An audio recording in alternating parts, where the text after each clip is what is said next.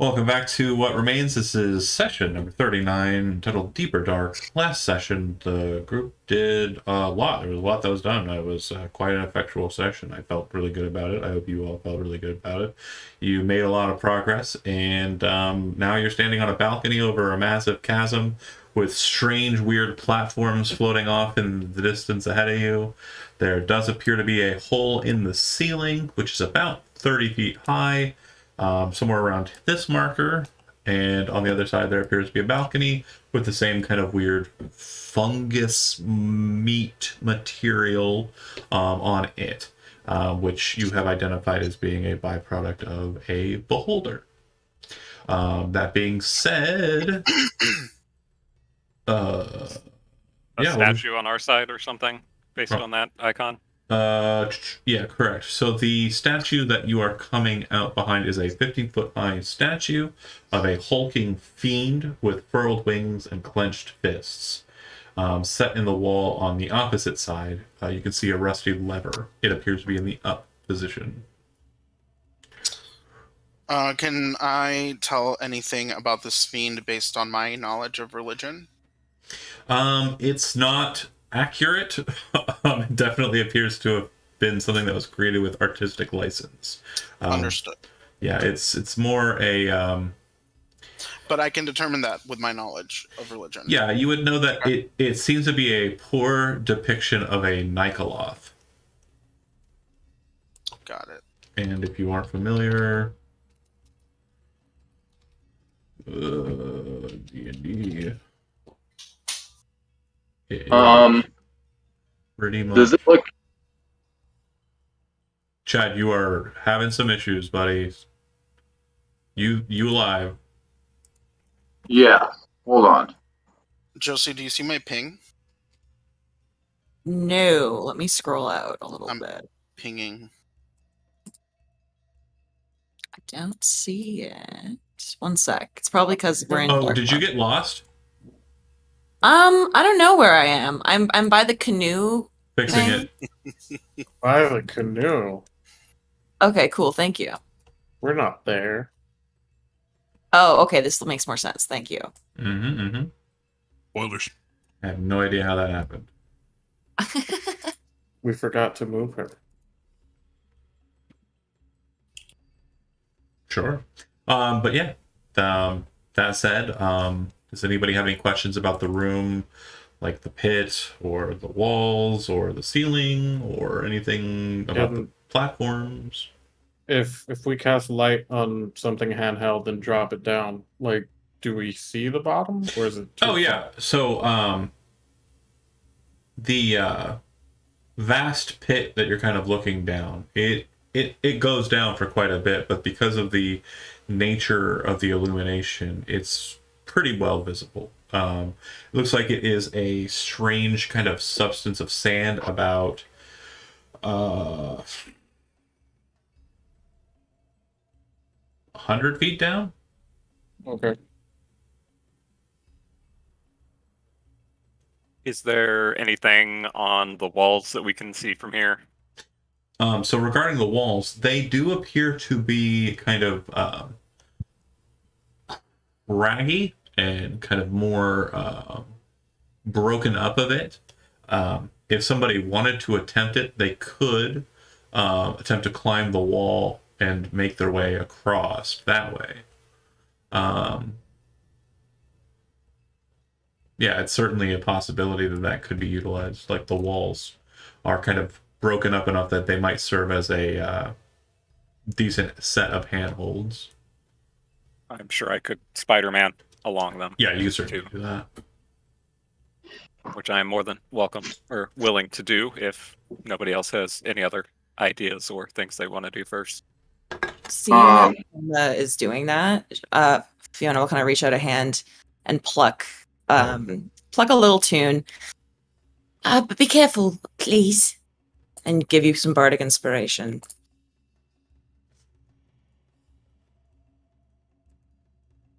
Your number one hit song, Please Don't Die. Exactly. This one is be careful. It's Wait, just wait, that wait, over and okay. over again. She's not really melodic. It's kind of more it's more of a really weird spoken word. Nice. Don't die. Like, Please Don't Die is more of an album. Don't die. Wait, So was that for Soma? Yes. Yeah, seeing that he's Soma, attempting to scale this thing. Soma, I mean, you're done. I can spider climb along the walls, but I'm sure there will be a check in which I will need those. You're also guidance, just in case. All right. so how deep is this pit that these platforms are coming out of? About 100 feet, 100. but at the bottom it's like a weird sand-colored ground. Hmm. Look at the sky.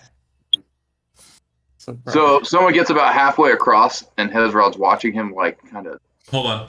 Sorry, you made a lot of assumptions. So there was a lot of people saying that they were doing things to you before you went. You said you weren't sure if you were going yet, but you were planning on it. So are you going? Because you Yeah. what you're talking Yeah, about. yeah. Okay, Nobody cool. seems to have any other suggestions. So Cool. As you make your way towards the middle, you start to hear kind of a very kind of heavy kind of upchurn of wind in the center. This is not audible to the others, but it is very much audible to you here in the core of it. So kind of close to where that hole was. okay, and as that hole was in the ceiling. Yeah, that's right. And as you kind of make your way in through there, I need you to make a wisdom saving throw.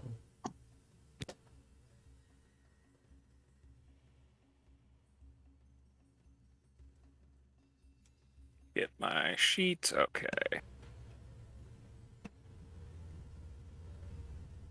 All right. So,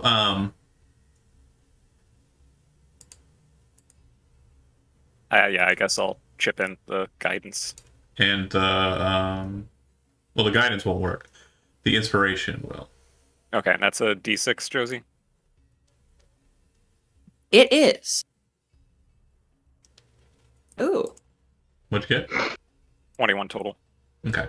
So you feel this kind of momentary like vertigo, and I don't know if you've ever experienced this in real life. It's certainly something I've experienced, and maybe others have. But like when you're on a cliff or like a dangerous kind of like place up high, you have this kind of back of your mind kind of what if I jumped kind of thought, and that seems to like ping in the back of your head for a while, but you can feel it subside as you remember the words of Fiona and kind of like slowly make your way across, which you can. You'll make it all the way to the other side without issue. Okay, was that suicidal feeling at the center too, along with that rushing noise, or was it when I got further along? It was right at the center when the winds were kind of present. Okay. You probably When he got about sorry, go ahead. when he got about halfway across, Hezrod was gonna cast a spell on himself. What's Hezrod casting? Hezrod's casting Gift of Orzova, Okay. Wings spring from the back. and he floats over. Okay. When you make it about halfway, I need you to make a wisdom saving throw. Yeah, he's kind of floating from platform to platform, but he's Oh. kind of watching. So you are landing on the platforms, you say? Yeah, Okay. Cool. so he's kind of just like floating along, hopping from platform to platform, but keeping an eye on Soma. Got it. So yeah, you're perfectly fine. You leap from platform to platform without issue. The winds are present in the middle when you first get there, but they seem to be kind of resonating away from the platforms, and you're not in them long enough when you're leaping to the next one to really kind of feel the effects of them. So you kind of hop, like wings kind of sprouting out as you kind of extend one leg out towards the other platform, land, move to the next one, float over and land, and so on. And you're Yeah, fine. it's almost like a what do they call it in the movies? It's like wire work. Or a ballet kind of deal, yeah. Yeah, it's like a wire move. Fair. Velma will shout out about the center, something being strange about the center of the room. There's a very weird feeling. Yeah. Yes, it is windy. He would probably, And it's a little more than wind. based on his speed, he'd probably gain on you in actuality. From what I understand, Gift of Orzova gives you a pretty decent I think it's speed. just equal to your move speed. Is it? Okay, well, either way, you make it there shortly after Soma makes it there. But Soma and now Hezrod, there is a staircase, goes up to what you would know is the back side of a secret door. and the lever. Hezard kind of looks at the lever like the way a confused dog looks at something. And then he says, Soma, is it trapped? I'll take a look to see if I notice any obvious extra mechanisms beyond just, being a lever. Just a lever. Meanwhile, since you're spending a bit of time, Malika, looking over the statue, you would notice that the eyes of the statue appear to be kind of made out of glass. They don't look like they're securable, but you'd also notice that the hands of the statue appear to be kind of holding something. And you think it initially looked like it was holding like a sword or something that has been removed. But as you actually inspect it a little bit closer and are thinking about, oh, it's this type of demon, it's just really poorly carved and the like, you actually notice that there's something inside of its hands, like it's holding something. And what it appears to be holding in its hand is a 1-inch diameter pearly white crystal eyeball. Not too dissimilar from other eyeballs you've collected so far. Is it easy to pull it out of his grip? Just reach in and grab, yeah. Both? 2 of them? Just the one. Okay. Anything in the other hand? Oh, sorry, no. Apologies. It does have 2. There are 2. Yeah. You're right. 1 white and 1 scarlet. Both crystal. Okay. We collect. That gives you a total of how many eyes? Is it 6 or 7? Oh, I've only got the 2, darling.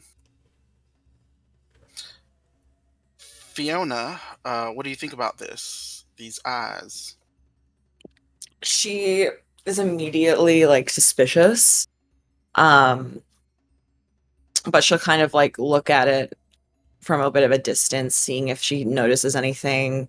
I don't know if it would maybe be history or arcana, because I'm trying to think of if there's any reference to a white and red eye. Nope. If anything like that would have come up, yeah. Do they look like the weird eye that... You should have a number of these, yeah. So we have them. Soma has at least 2. Soma has 2. I'm not keeping track of your inventory, so that's on you. Yeah. No, okay. I was asking the group. Sorry. I thought you were asking me. Apologies. No. And John, just to backtrack slightly more, these eyes are different than the magnifying lenses that we found. So it would be different than the one that you found, the one that was a ruby, not an eye. There was a ruby, and then there were a number of eyes that you found. We found something that you said could be used like a magnifying glass to read that wall when we were moving from the pit at the bottom. That was an eye. Okay. It was kind of a clear crystal one, yeah. Okay, interesting. So now that she notices that, and I don't think maybe she was present, but she was actively trying to ignore everything that happened in the frog room. So she doesn't really... Or wait, some of you did kind of go off without her, because I was going to say I don't recall all of those eyes. Well, we used an eye to control the frog, but then that was lost. Because it was more of a ruby. It was... Yeah, that wasn't really that. But yeah, that was different. Okay. But the other eyes, she's not really aware of, I don't think. So Soma, you've got 2 eyes? Correct. Who else has eyes? Oh no. I'm not sure. Either way, seeing Malika do this. Not I.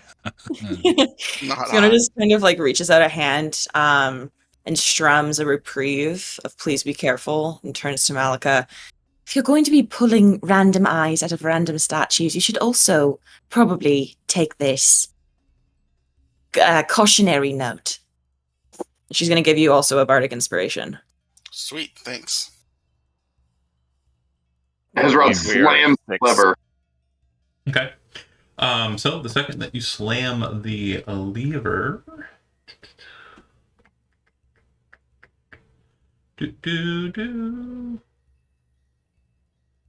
Apologies. Give me a strength athletics check.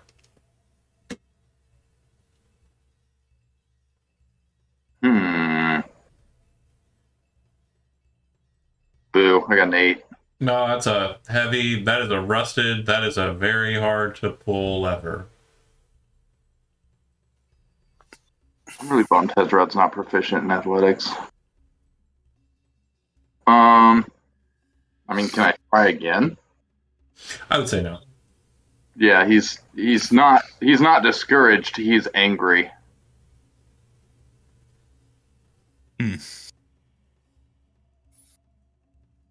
Well, Avran, not Avran, Hezrod, are you all right over there? It's stuck. If he can't move it, I sure can't. Avran, it seems our friend Hezrod is having some trouble. I can take you across if you want to help. Yes, that would be fine. How far across are they right now? Like how many feet? 110. Yeah, Sorry, 100? 110. 110. Okay. All right. Broom time. Hop on broom. Avran can sit in the back. Ready? Yes. John, while they're doing that, I'm gonna listen up against the backside of the secret door just to see if there's anything. Still solid stone. Kind of zigzag around and then land. Okay. The lever was not thrown? Hezrod was not able to do it yet. Okay. Now, so I Then think Malika, Avran's gonna- on your way flying over, I need you to make a wisdom saving throw. No. With the +4? Okay. That's Oh, an God. 8. So I need you to backtrack. Go back to... You have some inspiration as well. Won't help. Go back to the... Dang. If you have inspiration, not bardic inspiration, you can try I have and use that. inspiration. I have inspiration. You can spend that. I spend it. Okay. Then you can go ahead and make it all the way across. Okay. Avrain, how are you making it across? You're flying with them? Yeah, Then I need you to go ahead and make a wisdom saving throw. I got you. Nice. 27. Cool. The two of you make it across, no problem. Alright. There is a moment where both of you kind of look at each other, kind of confused during the howling wind, and there's this momentary desire for Avran to just jump off into the sands, and a momentary desire for Malika to just dive bomb straight into the ground. Ugh. But it passes. Well, that was a bit strange. Did y'all feel that as well when you crossed to Fucking Avran and magics. Hezrod? No, what is with you people? You didn't feel something strange as you crossed? I felt a draft. It is drafty in here. And you, Soma? Anything? There was definitely something more than wind coming over here.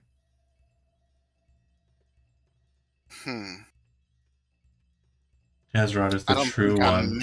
He is The the only chosen difference one. between the four of us is that our fishy friend took the platforms. Oh, the platforms. I see. Well, I'm definitely not going back that way on the broom. Avran, do you want to try the lever? Everyone will try the lever. Can Hezrod help Avran try the lever? Not really. There is kind of just enough room to get in on that lever with one person. Another person would just be getting in the way. Because it's inside. It's like slotted. Oh, okay.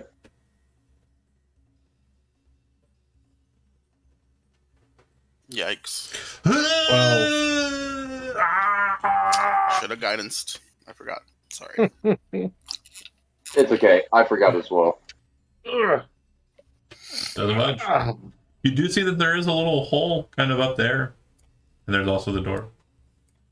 Oh, there's a little hole. Yeah, it's about the same kind of width and such as the causeway you came through. On the other side. Is this like a drop down 100 feet? Yep. Like around the margin? Yes. Sure is. Yeah, it would definitely be a jump. Or a fly. You only felt the weird sensation in the middle, though, and the winds aren't present out here. Okay. So if anyone wants help getting in that crack, Malika can help. Can you two make it across? Well, I'm certainly not going in there. I can help you get in there if you like. I don't think I fit. Do I fit? You fit in the other one. That's how you got here. So I think you Oh, could okay. squeeze through there. I'll go. Oh, fly Okay. me over there. I'll go. Malika flies Avran over. okay, you can see that the fungus meat is present inside of this passage.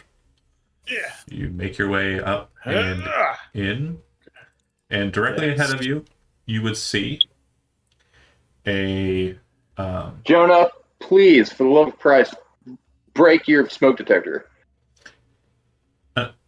access tunnel. It appears that this tunnel is kind of lower in height, so you're kind of like down in a kind of a bit of a squat. The walls are not terribly narrow, but they're not wide as the other chambers have been, or other hallways have been. The buildup appears to be closer to where you're located. You can see another small little causeway off to the side. It looks like at the terminus of this kind of access way, there is a cut in the floor. It's about 3 foot wide, about 4 foot long. It looks like it's kind of just cut into the stone. And it looks like it's kind of saddled at the an end point to this tunnelway. Looks like there might be a door there next to it too.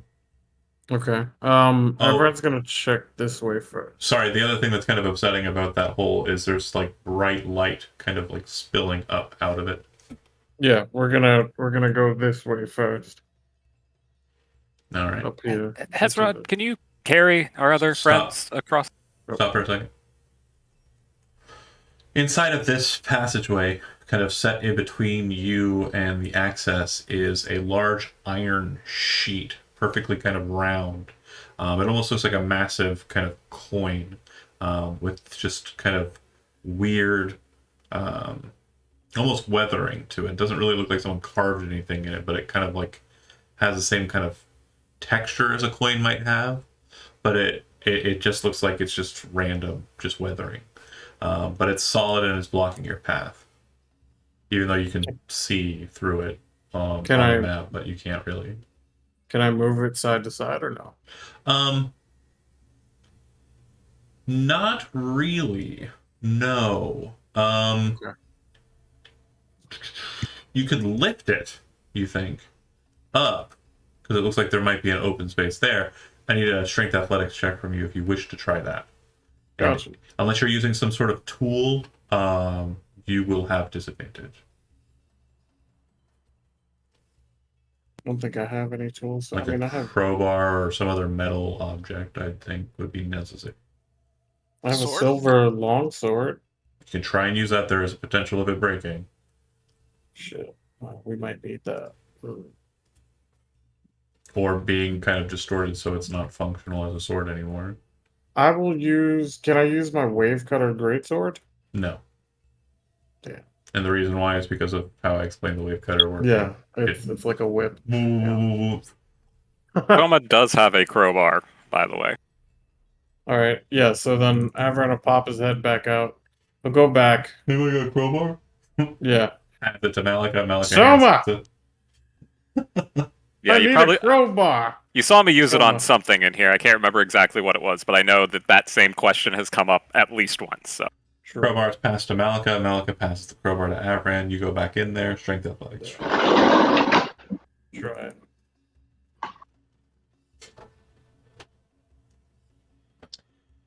Failure. It's definitely a bit heavier than you were anticipating. You do manage to get it up a little bit, but I'm gonna use my inspiration. okay, then you do manage to lift it up without issue. And once it goes up a certain height, it kind of clicks into place. Okay, we keep going. All right. And you're taking the passage slowly, is that right? Yes. Okay. Cautiously. You come around the way and you realize that you are back out in the hallway that leads to the water location. The water wall.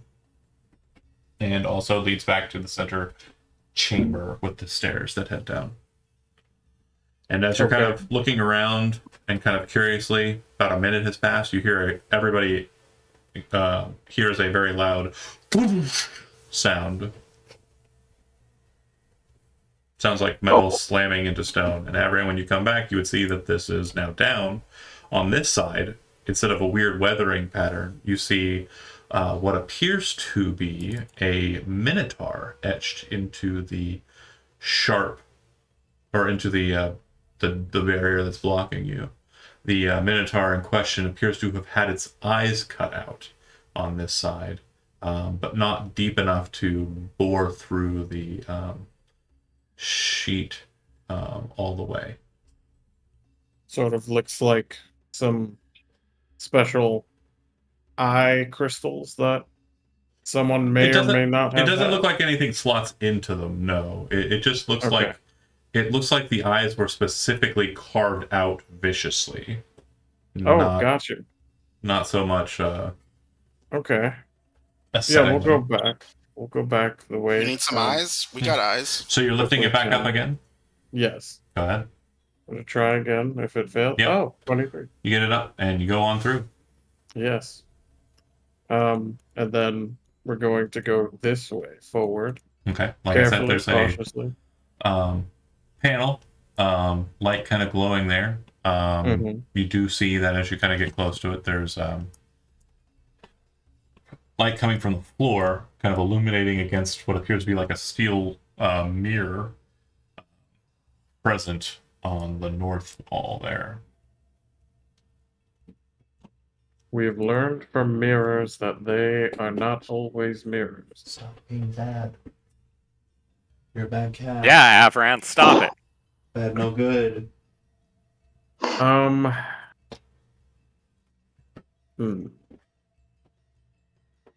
I guess I will look into the plate. Look and see what's in there. It's a steel mirror. Your reflection is distorted, but there it is. But you are standing over a hole. Yes. The hole appears to drop into another room. Okay. Do I see a sarcophagus at the bottom? Or not drop into another room, sorry. I've got things upside down. Holes in the ceiling, lights coming from the ceiling. Apologies, that's my fault. That's just bad reading Okay, gotcha. and writing. So, yes, ceiling, lights coming down from it, and then the mirror just is kind of warped and you're seeing your reflection. Okay. Does the reflection follows my reflection, right? Nothing crazy, it's just a reflection. Okay. So Avran is going to climb up, peek his head out, see what's in there. Okay. So you're looking into kind of a small chamber that is filled with kind of a weird yellow light, and it appears to have a bunch of the weird buildup around it. You would note that there is a door in here on the opposite side. Yeah. We go through the door. So you pull yourself up and then head on over to the door. 30.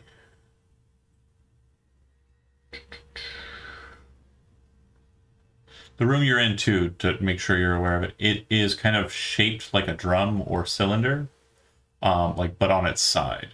There are carvings of demons that decorate the stonework, and their eyes are actually kind of the source of the light. You come to them. They're like flickering small bits of yellow light. Awesome. I wouldn't know what type of demons they are, would I? No. Okay. I mean, So they're just demonic. They're not like, they're probably more artistic license stuff. Gotcha. Demons are demons. Understood. There are a lot of them. There are a lot of different types. Gotcha. We'll go through the door. Okay, let's see.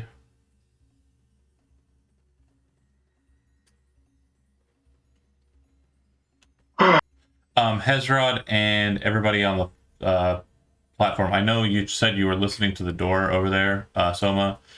Like I said, it's made out of stone, so you're not really getting anything through it. It's not really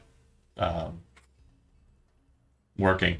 Do you want to open that secret door and move into the room on the other side, or do you want I was asking Hezrod if he could still fly to bring our other friends to the side of the room as opposed to them being stranded over there. Okay. No, it's been more than a minute. I'm imagining the winds have gone away. Well, I We're gonna guess jump for it. I can wait. Don't jump. Well, I mean, can- I think the jump distance is enough that they don't have to worry about making checks. Kel, Do they- what's your strength score? My strength score? Mm-hmm. It is. It's a +2, but my athletics is a +8. No, your strength score is the important number, not Yeah, the +2. not the modifier. The score. 14. Okay. So with a running jump, you can jump about 15 feet without issue with a running start. If you want to jump up on the railing and then jump over, you can make an athletics check. The DC wouldn't be terribly high to try and get onto the platform. And it looks like these are about 10 feet apart, so you would just need to continue to make those jumps. I would say... Did the lever actually go down, or No. was it still up? No, right? it never did. Before we move on, Jail dog. Malka jumped from platform to platform on the broom. That didn't cause any fuckery, right? So you're just kind of holding the broom and then like letting it kind of like glide you across to the next one? Yes. Satisfying and yes, fine. Okay, I'll pick up Fiona and head back to the other side if Okay. Fiona wants to be picked up. Okay.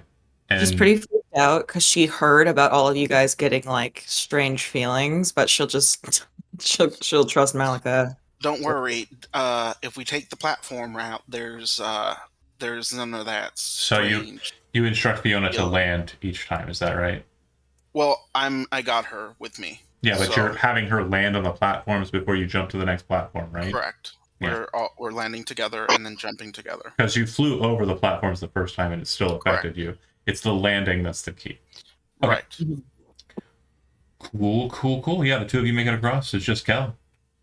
Kel, you want to jump or are you waiting? I think it would be silly to do that on my own. Got it. So I'm opening this Seeing door as- for Avran since he said he was opening it and a lot's happening up there. Cool. You enter into this chamber. A 15-foot wide, 15-foot deep pit dominates this chamber. At the bottom of the pit, an 8-foot clay figure stands motionless beside a stone treasure chest. A silver key hangs from a cord around the figure's neck. Two 9-foot tall statues, the star indicators, stand atop plinths on either side of the pit. A third plinth against the south wall stands empty. That would be this kind of position here. One of the statues up here depicts a hooded and bearded male figure with his left hand held high, index finger pointing up.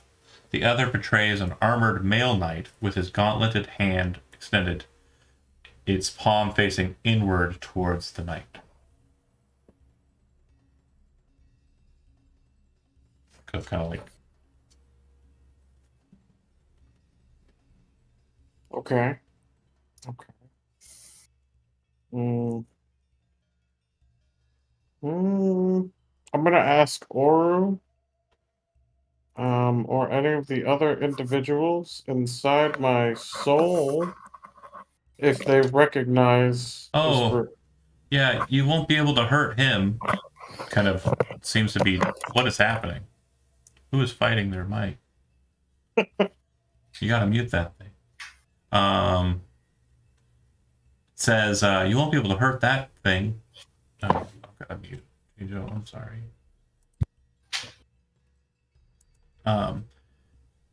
You won't be able to hurt that thing unless you have adamantine or something. Shit. So it will attack if I go for that key? Okay, the typing. Sorry. Just mute yourself before you start writing a novel. Or use noise suppression. It's a feature in Discord. But yeah, that's what it says. It doesn't really say much more beyond that.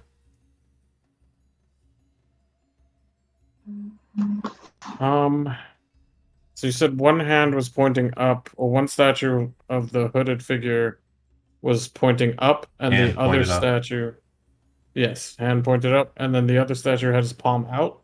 Palm kind of facing towards them, yeah. Okay. Shit.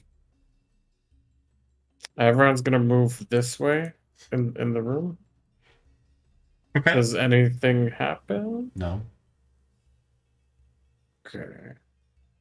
It's gonna slowly go this way. Nothing happens? Nothing. Can he inspect this statue? Yeah, you would see that the statue is set on a rotating spring-loaded gear. Plinths appear to be kind of these activation mechanisms. The presumption is that these can be turned. Okay. Okay. Okay. Okay.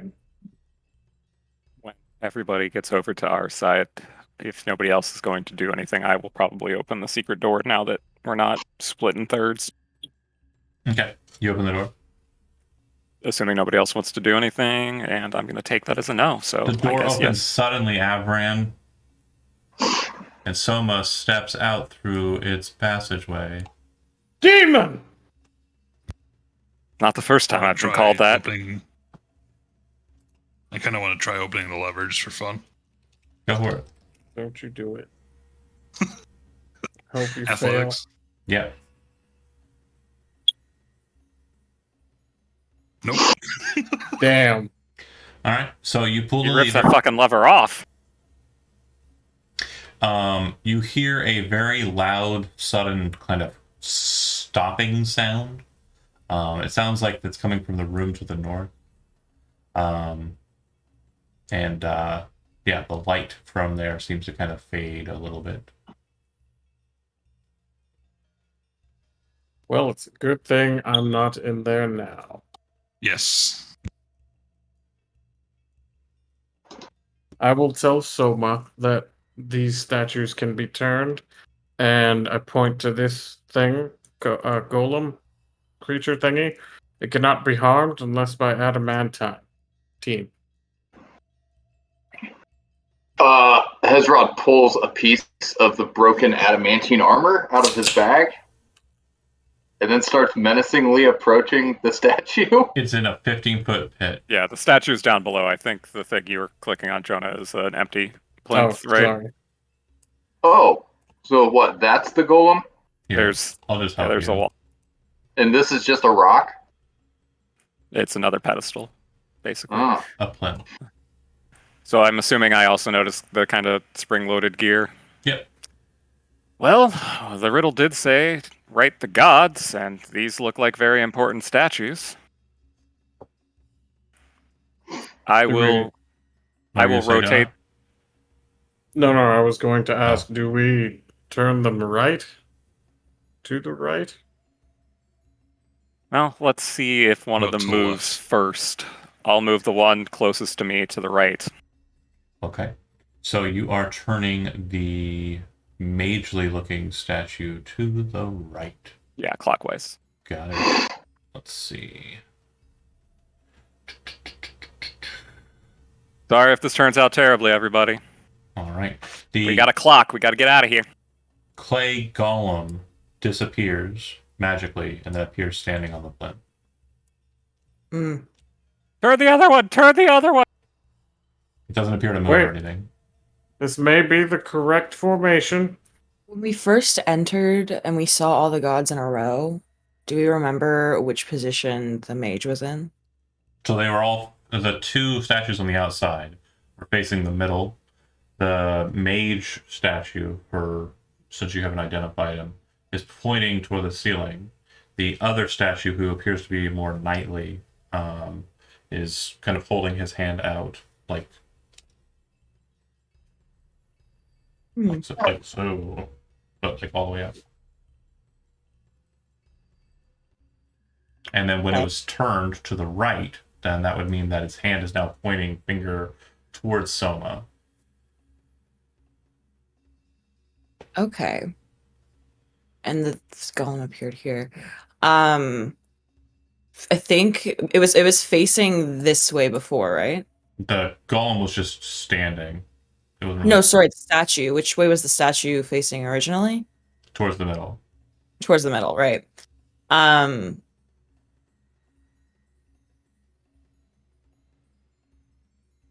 yeah, I don't know. I mean, I think Fiona would maybe suggest turning it this way so that it's like looking toward the right, because it's not looking toward the right now. Sure, let's rotate it another 90 degrees. At least my right. I don't know whose right is which. That's what's confusing me. You But we cannot can. turn it any further in the same direction. Oh, Okay, I'll turn it back to the left, back Okay. to its original position. Hold on.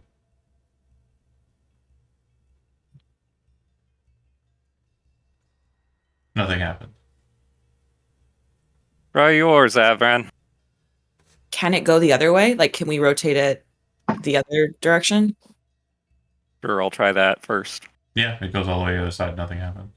Can it go? Can it now go all the way so it's facing this? No. Damn. 180-degree fan. Shit. Put it back in the original position and ask Avran to turn his. Okay. I will turn mine counterclockwise. So you're turning it so that the thing is turning to the right, or the thing is turning to the left. To the left. Okay. This way. Nothing happens. Can this one turn No. this way? They both Okay. fan 180.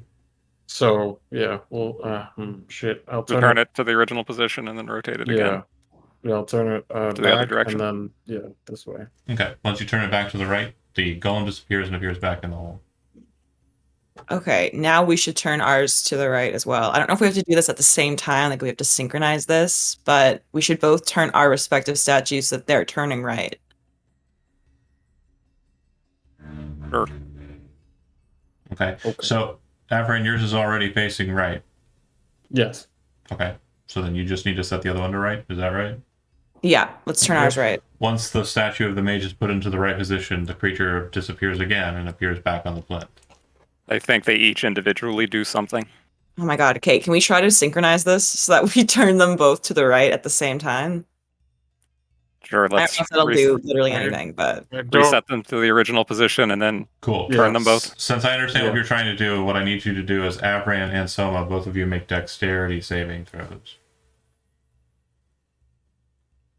Well, Despite your best efforts to go synchronization, Soma is a little bit slower in the pickup.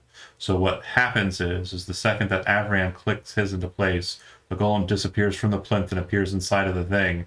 And the millisecond or so after, when Soma sets it to right, the golem once again disappears and appears back on the plinth. all right, that was a good effort. Can we try one more time, maybe with? And she kind of looks around. Malika, are you good at timing? Oh, Kel, you should be, since you're good at shooting things, right? Okay, so I will say this. If you take the time to do it again and do it exactly in synchronization, nothing changes fundamentally. Each one Yeah. is doing its own individual thing. I just want to Yeah. make sure that you understand that you're on the wrong path. Yeah, I don't Okay, think cool. synchronization is You've the right- identified everything about this. That's it. John, That's- there's a key around its neck, There's a and key it's not around this thing. attacking. It's not murdering anybody. I think while it's on this Plymouth, that's when you get the key. I can try to reach for it. Okay. You grab the key. Is that right? He's getting the key. How There's tall an is it? invisible.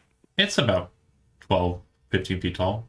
But you can reach up to I'll its neck. take out the. I was gonna say I'd take out the trident and kind of like. Perfect. Yeah, you kind of get it over the neck, and the necklace plus key comes out. It looks like it is a small bronze key. You look down at the treasure chest at the bottom, and it looks like it would fit perfectly in the key slot that the treasure chest has below. Y'all nods his head. Does the Mhm. golem move at all? Nope. Okay. No, I'll throw the. Throw the. Finish that sentence. I was gonna throw the key over to Everin. Okay. Make a No, you're fine. Avron, you Catch it. Avron's gonna go down. Okay. Gonna. Yeah, Just like back at Siffert's Pass. Yeah, it's gonna go down again. Then he's going to tentatively look at the golem, Doesn't do anything. and then he's going to unlock the chest. Great. Yeah, inside of the treasure chest, you see a pair of glass eyeballs sitting on a red cushion. One is pale green, and the other is pink. There's some balls down here. Actually, hold on. Do me a favor, real quick. 2, 4, 5, 6, 7, 8, 9. Should be 3. 3 eyeballs in there, I think. Okay. Let me double check my math. Yeah, should be a total of 3. So, quick update. Malika, you took the 2 from the demon. Someone took the 2 back a track ago. Soma took 2 from the very early onset. I did take the 2 from the wall in the waterfall room. Okay, too, that so should be a have total 4. of 4. And then the 3 here should be a total. You should have a total of 10 of these eyes at this point.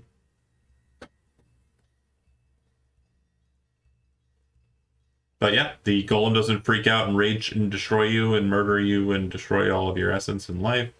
What colors were the? It's just an assortment of different colors. Okay, we gotcha. we have 10. I don't know that we need to worry about individually who. Yeah, it's not terribly important. But yeah, there is a passageway that leads off to the left. The passageway to the north appears to be blocked off. Okay, so this piece in front of where Soma's standing is blocked off now, or is it blocked off further inside? It's blocked off further inside. You can see into the demon kind of weirdness, but the hole that was present in the floor is shut. Demon weirdness sounds terrible. Let's check the left. Left. Let me go first, just in case. Yep, go. Like, certainly. I can also scout ahead if you would prefer, but Yeah, how high is the ceiling? In the tunnel ways, it's about 6 foot, so you're kind of crouching if you're taller. It's actually no, sorry, that's the access way. In here, it's about 10 feet high, about 5 foot wide in the tunnels. Door at the end of the thing. Let me go ahead and read you a description because we're getting to fun times, very fun times. Fun times. The corridor ends in a large door with a round mirror set into its surface. 10 circular indentations, each about an inch across, surround the mirror. Eyeballs? Don, before you go any further, can you give me a quick Spice Girls Forever since you were doing accents? Isn't it? Isn't it? So, what would you like to do? We put the eyeballs in the holes. That makes sense. Yeah, that's a smart. The door grinds open. Yes. Revealing the baby. The baby. No. Oh, okay. Babe with the power. Why can't I select this? We're gonna see talk on the other side of the room. Oh, because I'm in the wrong thing. He's gonna cast Power Word Kill on Avran, and then that's it. Oh, there it is! Nope. Okay. Revealing a domed, candlelit room 50 feet high. The polished marble floor is so perfectly reflective that it creates the illusion of standing at the entrance to a sphere. 9 alcoves filled with glittering treasure open up along the walls. In the middle of the chamber, a large spherical object hovers under a black silk drape 20 feet above the floor. Is there a figure in the drape? It is, one more time, to explain, a large spherical object hovers under a black silk drape 20 feet above the floor. I'm sorry. Okay. Avran will go into the room on guard and slowly step outward and to the left. Okay. You would see that in the dome, kind of off to the side on this area, there does appear to be a hole. It appears to be another lich hole. It does not appear to be, anything crazy. But the room also has, above the alcoves, a number of candles that are burning. They appear to be kind of burning indefinitely, and they're what lights this room. It's not lit by the strange eerie glow that the other one was lit by.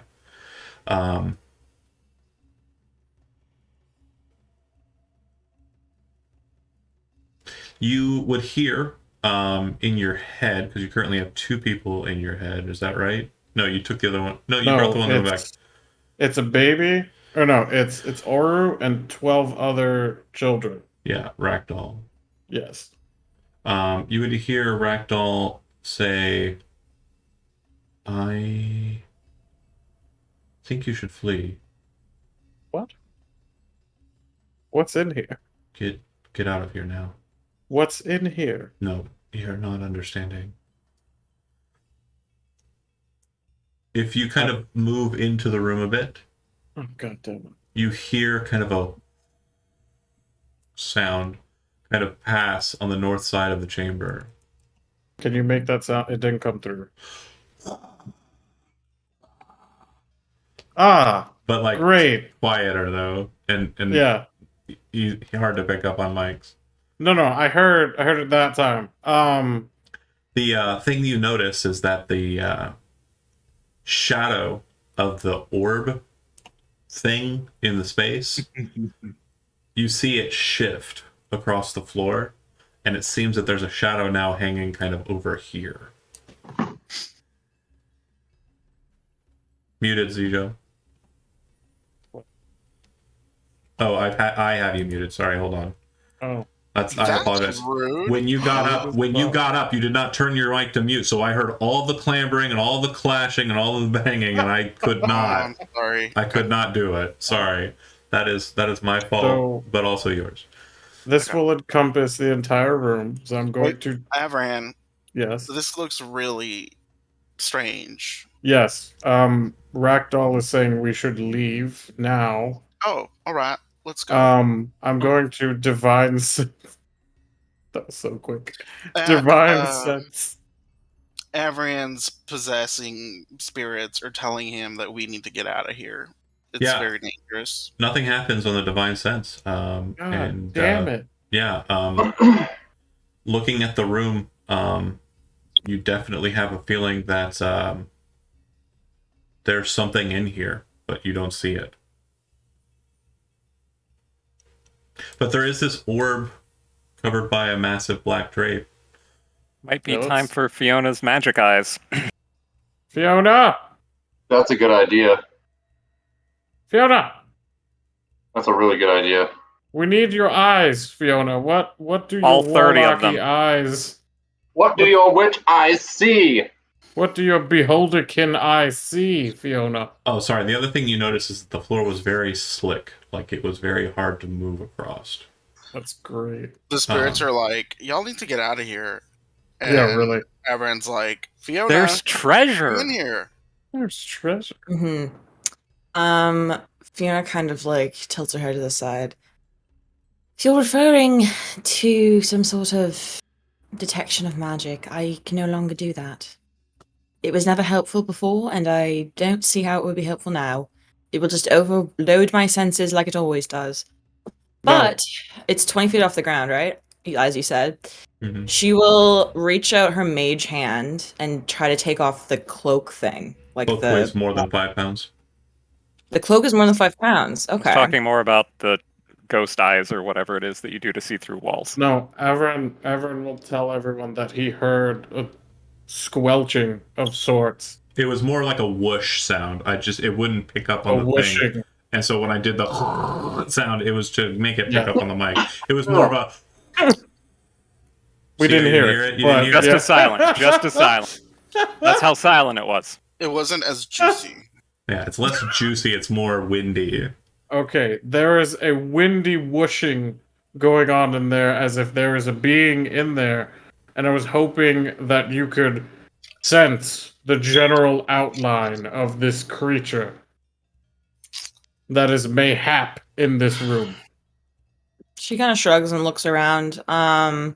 She's got 120 feet. Does she see anything? Show me the ability, please. Oh, yeah, nothing.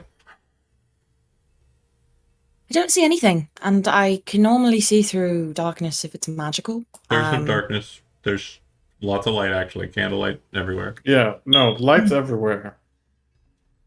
We can see that. All right. All right. I think we were talking about the ability she has to see through stuff. Yes, but we can't Ghostly like, gaze or whatever. outright say that because we don't know. Mm. Oh.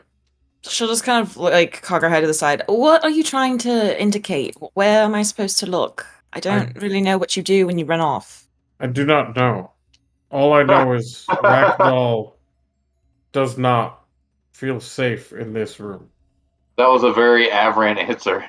It's like, what do you want? I don't know. She'll just tilt her head to the side. Well, I can't help you if you don't know what you want, so let's just walk in there, shall we? As a group? All right. Okay. Just Hezrod's kind of looking spooked, especially since Avran mentioned that the voices in his head are telling him to run away.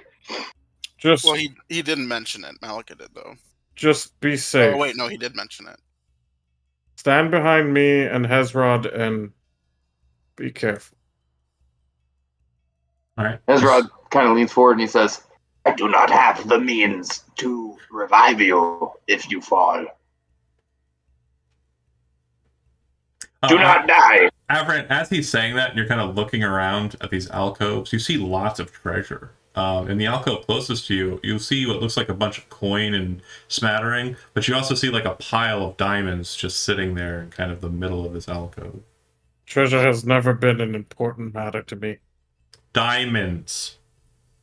Yes, diamonds. Extra lives. Let me stress. Unlimited There's a resurrection. pile No. of diamonds. Yes, I'm going to tell Hezrod, but he'll see it once he enters the Okay. spherical chamber. Okay. Yeah, the problem there is I don't have Revivify prepared. God damn it, Hezrod. Damn. Fuck. You've got a scroll. Nope, that is on Hag. Yeah, that is stamped with the very big word reserved. I'll kind of like look around to Soma actually. Do you notice any other doors, or was this the last room we have yet to explore?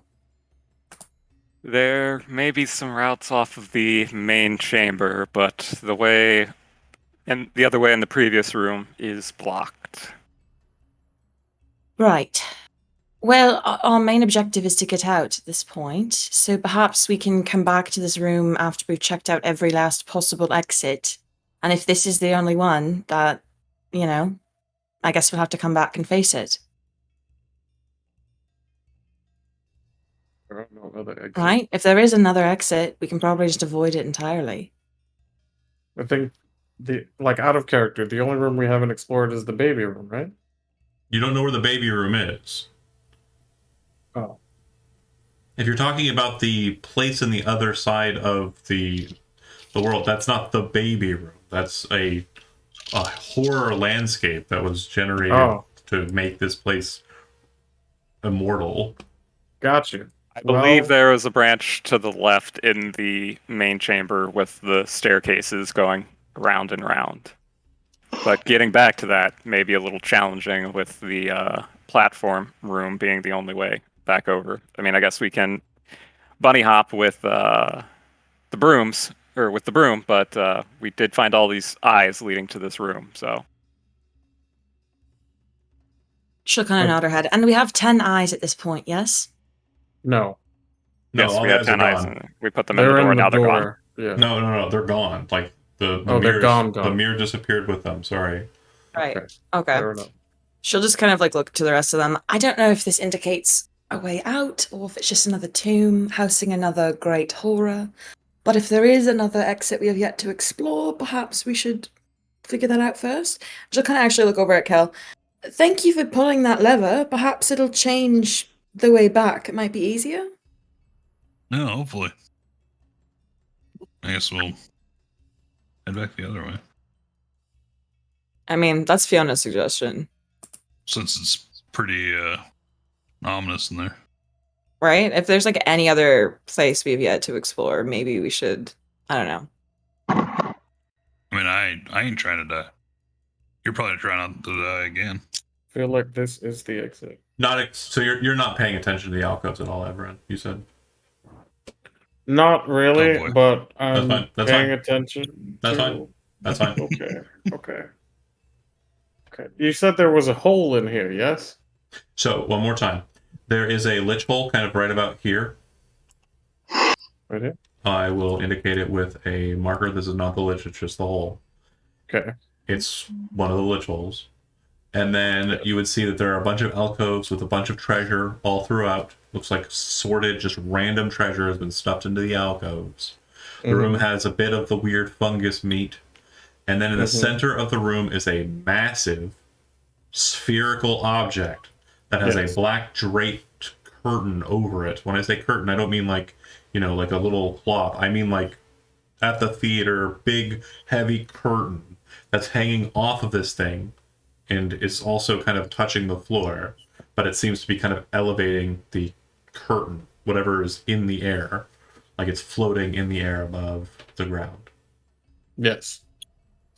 And you said Okay. the shadow moved. And then I said that the shadow of it moved.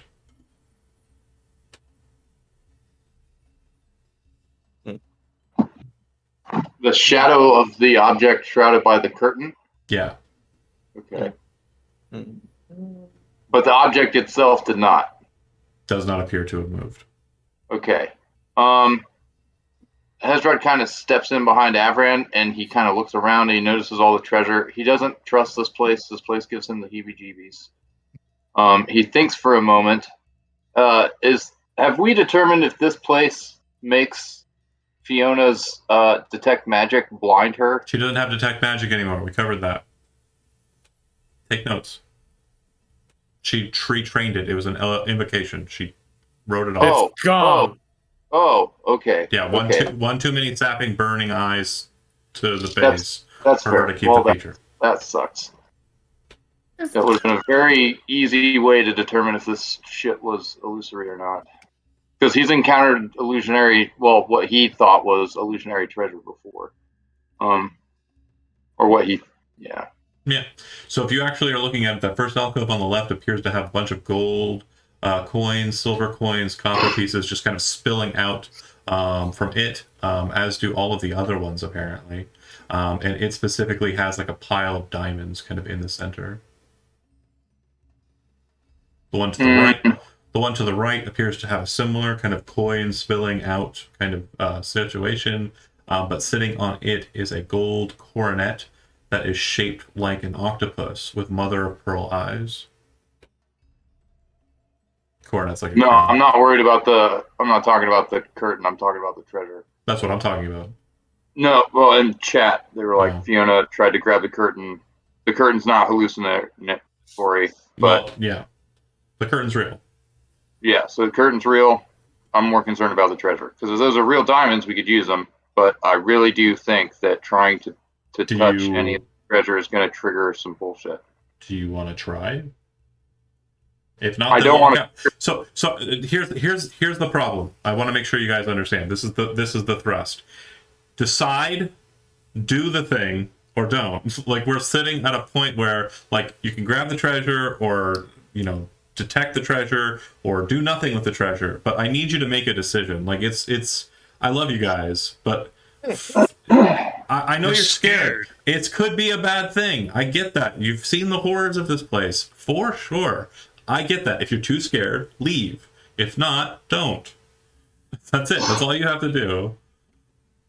Joe Orbic in the chat says, boof the treasure, which I believe means get the fucking treasure. If you're not getting the treasure, what's the point? If you are not getting the treasure, what's the point? But if you don't want to get the treasure and you want to run away, that's cool too. If you want the treasure. I think you should probably Fiona move that voted. treasure. Fiona voted to leave. Malika votes to leave. That's 2 votes leave. All votes to leave. All right. That's 3 more than votes to leave. that's more than enough to tie up the vote. Exit the place. Yeah.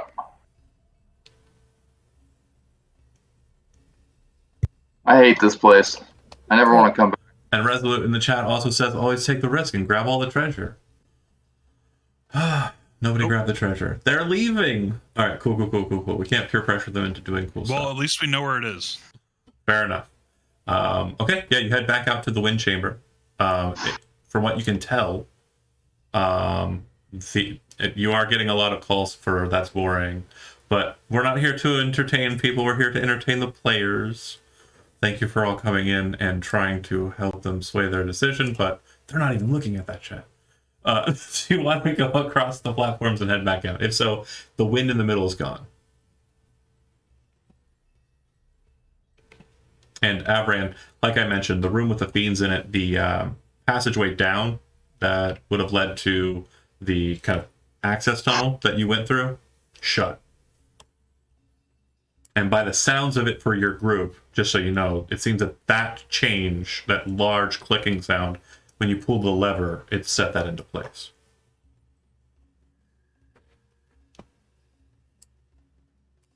Okay, you should be able to maneuver your miniatures across. There's no issue. You're fine. You've got means to fly with the room. Take your time and make it across. And you head back around through the alcove.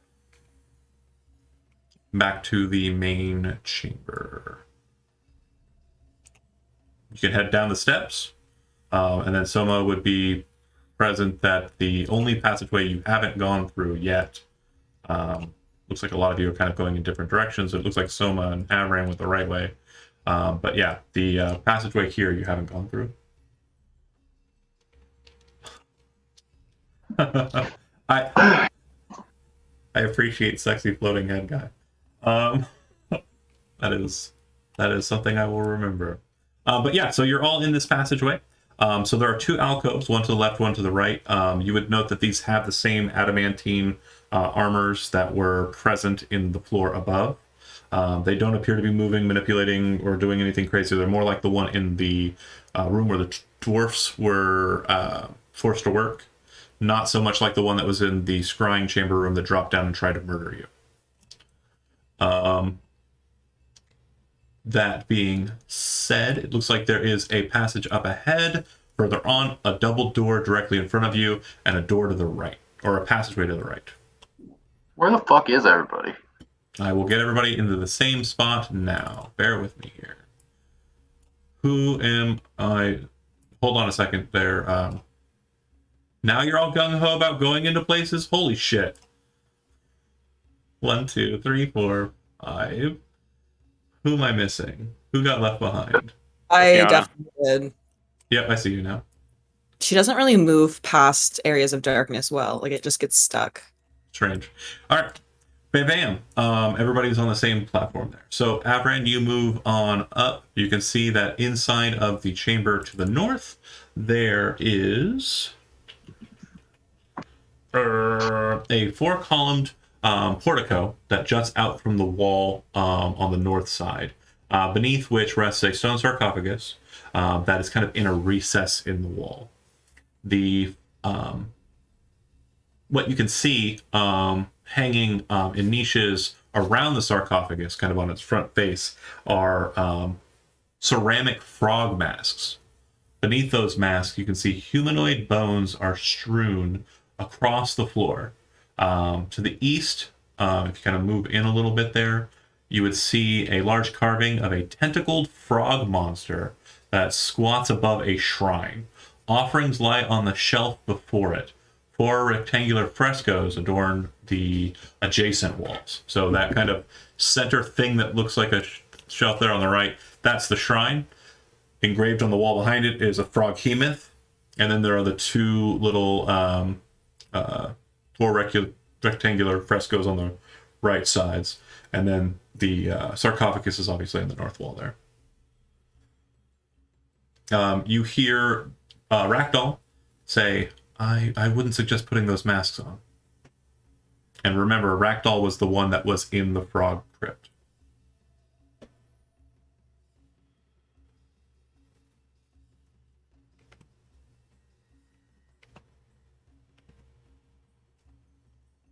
Thoughts?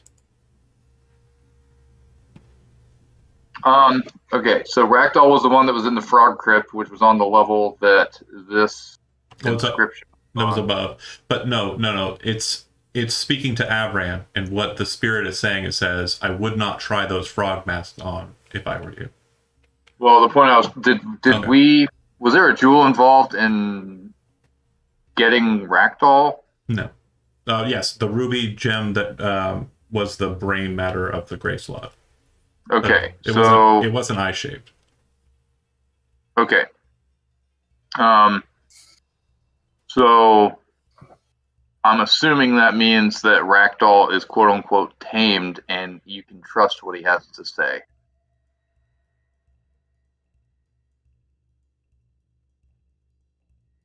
Besides the insanity, sure, absolutely. There are the 4 frescoes that I mentioned, the offering position, and the sarcophagus. Does anybody want to do anything with any of the objects in this room? I will check the frescoes for any sort of hidden buttons or anything like that, since apparently the walls of history reveal all. You would see that the fresco on the far left side, you can see the frog-like behemoth creature using its tentacles to help people. Looks like they're fighting some sort of mighty statue. In the foreground, there appears to be an old woman who is wearing a frog mask, tossing 5 coins from her hand as though she were sowing seeds.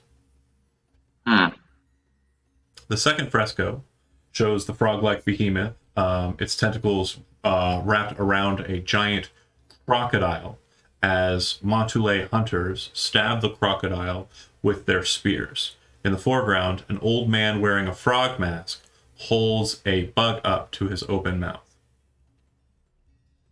A bug? On number 3, a frog-like behemoth with 4 Montoulet hunters riding on its back finds a small boy in the forest, almost more like a dense kind of jungle. The hunters seem elated. In the foreground, a young woman wearing a frog mask holds a knife in one hand and a headless chicken in the other. And the fourth fresco shows a frog-like behemoth wallowing in a shallow pool as Montoulet offer its urns of food and treasure as tribute. Cracks in the fresco obscure the head of a human figure in the foreground, but you can see that it grasps a lit candle.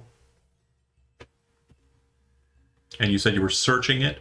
You would see that there are several items kind of on the shrine as well. There's a 6-foot tall stone statue of a frog behemoth. Looks like it weighs a bit, maybe about 5 or so pounds. It has old Osirian writing that says, "Give thanks to me, as others have done since the dawn of time." I think you mean a 6-inch statue? 6 inch. Did I say 6 foot?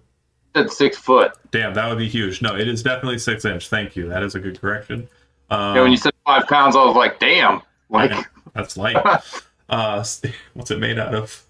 Yeah. A copper bowl that contains rat bones, 4 dead cockroaches, a green wax candle with a salvageable wick, and 5 gold pieces. They look like they are very old, ancient, pre-Osirian. So we have the coins, we have the bugs, we have the candle. What? And she kind of looks at the last one. It's bones, you said? A copper bowl containing rat bones. Yeah. I don't know about that one. Oh, right. It's a dead chicken. And she just kind of looks at that. And the last one, I think, is a sacrifice. Does anyone have any creatures we wouldn't mind killing?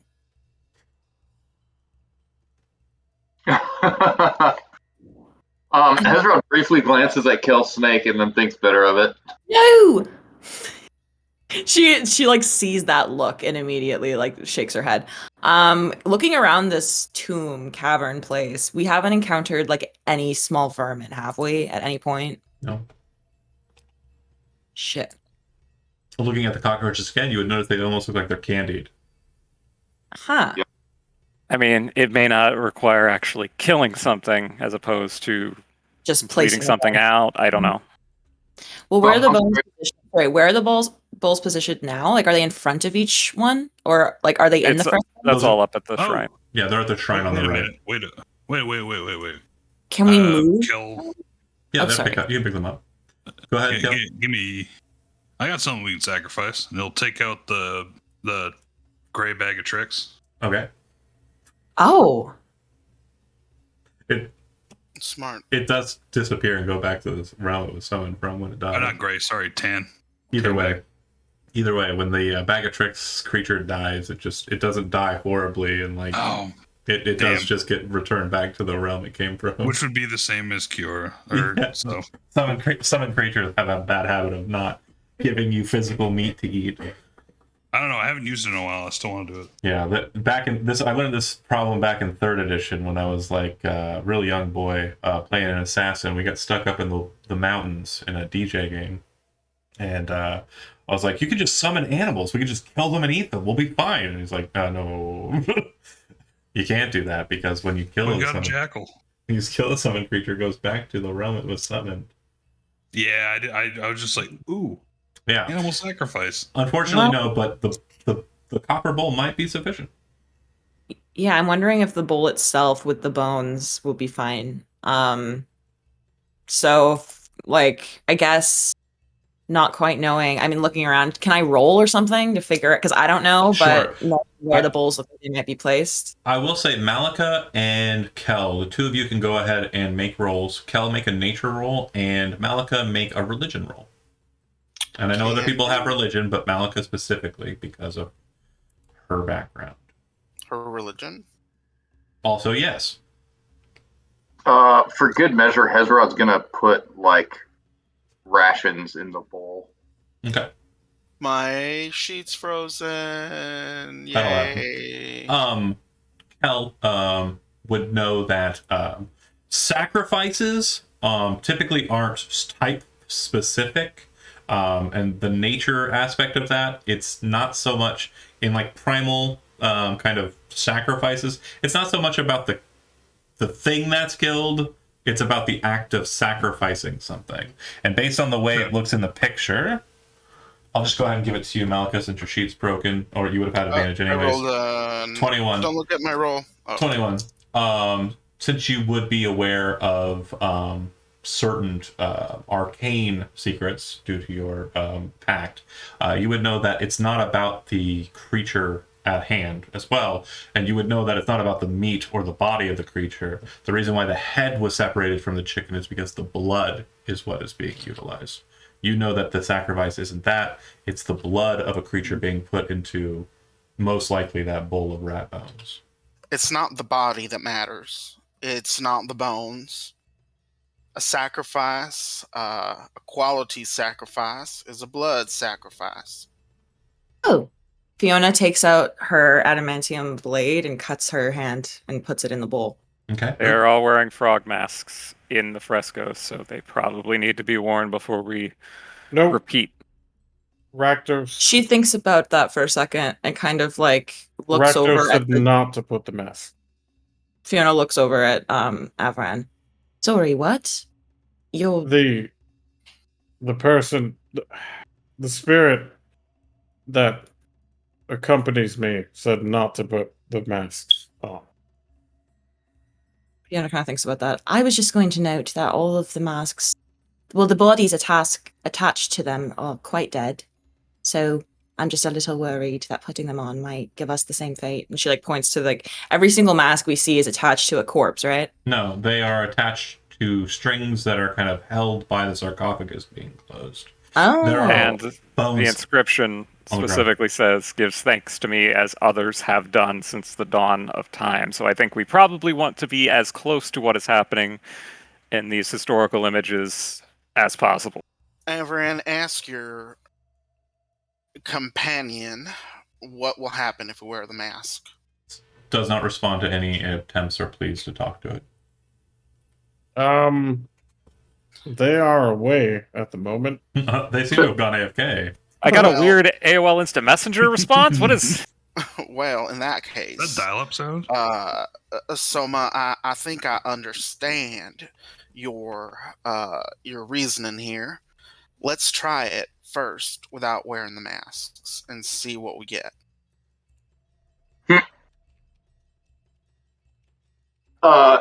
You said that like this shelf here had like these cockroaches and stuff on it.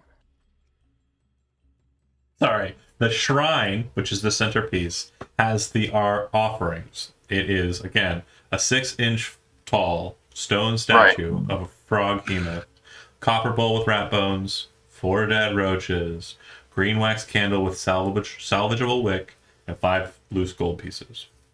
Okay. Yeah. So I think we have everything we need to replicate everything that these frescoes or whatever are indicating. Real quick, Fiona, it did sound like you were gung-ho to slash your hand and also stuff. Do you put the mask on and then do that, or no? No, I don't put the mask on, actually. I also light the candle using Produce Flame. Your blood goes into the bowl, nothing happens. You light the wick using Produce Flame, and it very quickly goes out. Over it. Hezrod's going to walk over. He's going to kind of look around for a second, then he's going to grab one of the masks and put it on. You're wearing a frog mask. Does anything happen? Other than you wearing a frog mask? Yeah. Like I don't feel anything. I feel snazzy. Nothing crazy happens, no, yeah. Okay. So he puts the mask on. He waits a second, and then he turns around and looks at everybody else, especially Avran, and just shrugs. He does look a little different in that he's wearing a frog mask, but other than that... Yeah. Hezrod, Great. do you feel Seeing that he any more- hasn't combusted, Fiona walks over, grabs the mask, puts it on, comes back. She's just like on a mission now. She walks over. Okay, what was the order again? I wrote it down myself. She looks at the coins, takes a coin out of her own bag, adds a coin to the coins. How many did the picture show? 5. 5. She takes out 5 of her own coins and adds them to, these 5. She scoops out the coins that are remaining, whatever they are, Mhm. and then puts 5 fresh coins in there. What Okay. coins are they currently? Like, what is it? pieces, Gold? Gold pieces, yeah. She takes these gold out, gives them to someone, and puts 5 of her own gold in there. Okay. After she puts the gold in, she then goes over to the bug, eats one. You're wearing the mask? Yes. Okay. You consume the bug. The second you do, the mask disappears off your face. Oh, shit. Well, We got 3 Hezrod's more. actually mad because he wanted to eat the bug. Well, Fiona kind of looks Hezrod's around at hungry. the others. It didn't work for the coins, but it worked for the bug. She looks over at the bowl and puts blood in it. Or shit, she's not wearing a mask anymore. There's Looking back, So 2 more, sorry. looking back So- at the fresco, you will note that they were throwing the gold coins on a battlefield as if they were sowing seed. right. Oh. So where are the coins now? Still on the shrine because she just put them where they were and then took the old ones Hez- and put the new ones where they were. So Hezrod snatches them up and just dashes them on the ground. you dash them onto the ground in front of the sarcophagus where the bones were. Yeah. The mask on your face disappears. He Alright. grabs That's 2 another for 2. one, Okay. puts it on. You attempt to, and it seems to kind of be barred from getting too close to your face. Almost like there was still a mask there, and you can't place the mask over your face. Fiona, Hezrod, here, and- darling. I'll take the next one. Malachi Wait. takes the Okay. next mask. wait. The next person who goes has to be able to light the candle. Oh, sorry. It goes candle last, so someone has to make a blood sacrifice next, and Evran, then they come have to do here. candle. Give me your hand. Nope. No, thank you. Well, I You're can not do willing that. to make a sacrifice Oh, for God. us? Let me God. do it. Let me do it. He said, nah. I don't have to hold. I don't have to hold a sword. No witchy Well, let me do bullshit. He Now- said, no now- witchy bullshit. Now, He said, now "No, it's time no, to be no, a no, no." paladin. All right then. No. Yeah, Very now, well. now we're in the creepy freaking orb room. No, now's the time. Yeah, but making an undead, that's cool. Yeah, He's a all paladin if right. nobody makes me bleed my own blood. I Kale, got rid of Say it. whoopsie. come, He did say dear. whoopsie doopsie when he Kale, did will that. you make a sacrifice for us today? That wasn't Yeah, a I good think thing. that's about all I can contribute. Okay, You're so highly. No, I You- want to tell Kale that he's very honorable, okay, and I do. you're wearing the mask, Kel, I'm or wearing- Malika's I'm wearing? I'll put on a Malika's mask. wearing the mask. Oh. She takes his hand, slices it, Oh. and drips the blood. Perfect. The mask on your face disappears. Okay. Who can light the candle? And she kind of looks at the rest of the party members. Real quick note from what you just saw, Malika did not give the blood. She was just the one who was holding the offering when it happened. Administered it. Yeah. I will go get a mask, put it on, grab the candle, and hold it out for Fiona to light it. Hezron points at it and prestidigitations it. So Push. she kind of, so in her hand is fire, and she like hands her hand over to Soma to like use as you're about to light it, Hezron just sneaks in and lights it. Everybody's fighting to light the candle. The point is the candle is lit, the mask disappears from your face, and then the sarcophagus slowly starts to rise. The strings that were held in by the lid drop out where the masks were when you pluck them off of their strings. Inside of the sarcophagus, you would see A mummy. a rotting leather quiver and a pair of bracers. 20 brittle arrows are inside of the rotting leather quiver. There are carvings inside of the sarcophagus and also on the bracers that appear to be froghemoths. So those are like massive frog creatures with tentacles. And those are on the bracers? Yeah, they're ornately like kind of designed on them. You would also note that the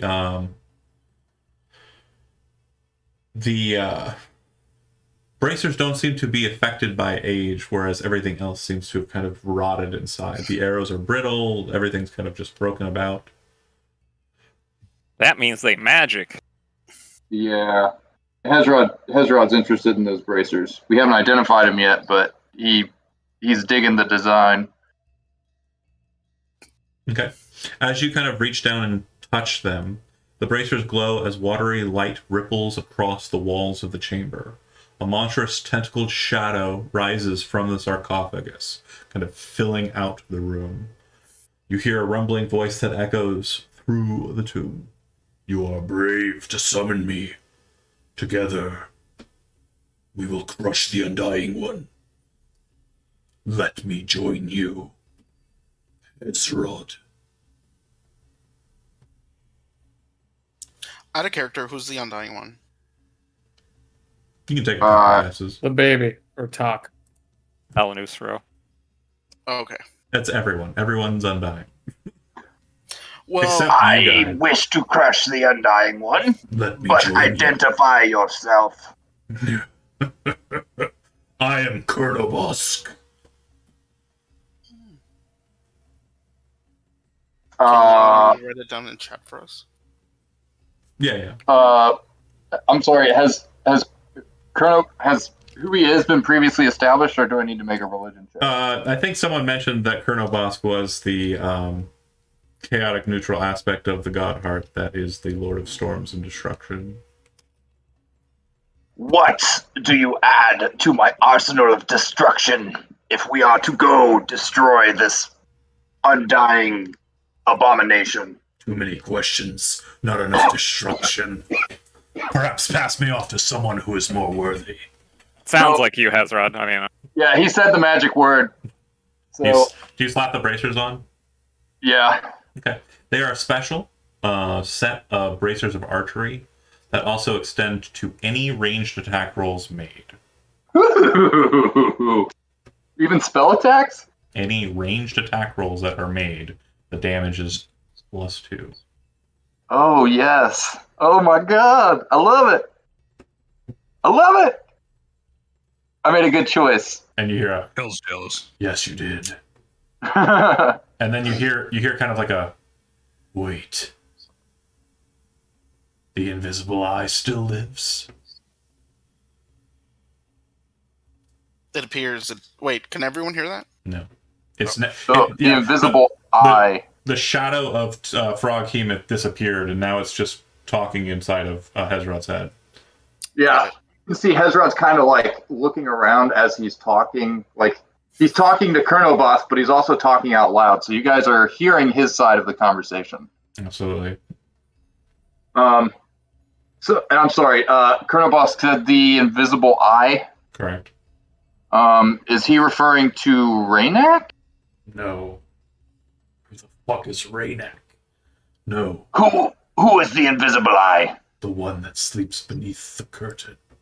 You've seen it. I can see it in your mind. Yes, I saw the curtain. Destroy The it. room. Destroy it. It just angrily keeps saying destroy it for a couple seconds before it kind of nulls out. Yes. Do you know, does it have any weaknesses? Us destroying it. Okay, let's go. That And he turns logic checks around and out, just sort of like, You asked Ezra a turns lot. around and like pushes his way past everybody and starts running down the hallway. You ask a lot of questions. It would probably I- say. Soma will look at the group and say, "Well, I guess we're following him." Do you explain anything back to them? The voice does die down, though. It doesn't seem to be kind of like prescient for too much longer after you pick them up, put them on, and gain a tone. John- Sorry. Also, Oh. before leaving the sarcophagus, he'd grab the arrows. Okay, yeah, a couple of them break in your hands as you're doing so, but yeah. John, do you mind like dragging us all to that area? Yeah, I Since we're can. Going there. If that's what we're doing. One You second. Yeah, so if anybody asks where Hezrod's going, he kind of points in the general direction. He says, "I'm going to destroy the thing beneath the curtain." Before we charge off, what's at the end of the hallway, John? Is it something? Double doors, yeah. Hold on a second here. 10, just massive doors. They look like they are openable enough. Do you wish to open them? I just wanted to make sure that I knew that there were still doors here. Yeah, It there doesn't are. look like there's an exit in the curtain room. So let's charge off to deal with that. And if we live, then I guess I'll come open the doors. Don't move.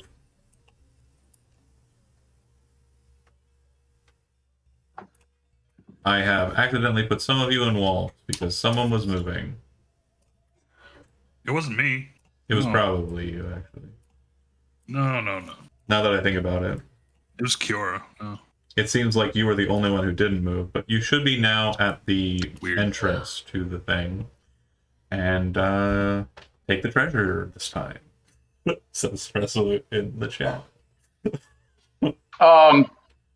Taking treasure so far has worked pretty good for you, right, Hezra? He just plows right through the door and just immediately casts a max damage shatter centered on that thing. Absolutely great. Cool. And I'm going to cast it at... Hold on. As you're doing that, anybody else moving into the room? Wait. Everyone. Kel's hesitant, but he'll go in. He's going to, thunderclap style. Hold on a second. I'll be right back. Okay.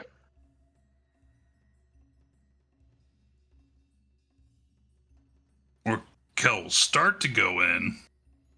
Not. Well, Kel that. starts to go in, and then it's just like, "Fuck this, I'm out." He's like, wait. Yeah. I'm with you, Cal. Fiona's at the very, very back. Like, she's not in the room. If we I get dip, single duck, and blocked in- dodge. I can't be That in there was- to start. Yeah, That if we get single blocked, it is what it is. That was something else. Okay, cool. Who's going in? I think we are all happy with our positions right Great. now. Shatter Yep. on the thing. Go ahead and don't worry about damage. Cool. As the spell rings out, you hear a very loud kind of like bell-like sound come from underneath. Actually, do give me the damage. Sorry. Okay, so it'll be shatter at 4th level. Ignore that top 5, but it's going to be 17. Okay. But I'm also going to use my channel divinity to max damage that, which will be, let's see, so that's 3d8 plus 2d8.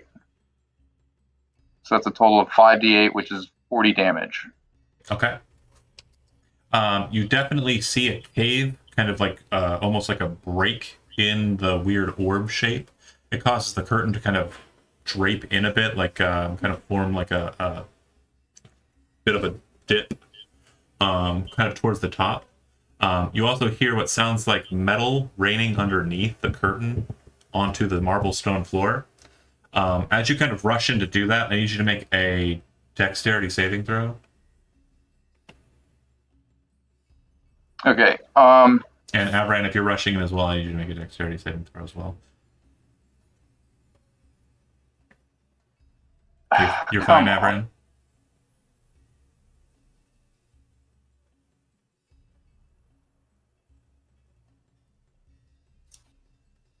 No, that's not what I wanted. A dexterity saving throw. Yeah, that's what we want. Take 5 necrotic damage per spell at that level. Okay, so Hezrod takes he actually takes 20 necrotic damage. Cool. I just do that dex saving throw as soon as possible, Chip. Yep, sorry. And do I get the benefit from Avran? Yep. Cool, so that's going to be a 19. You're fine. You maintain your balance. You definitely know the floors are slippy.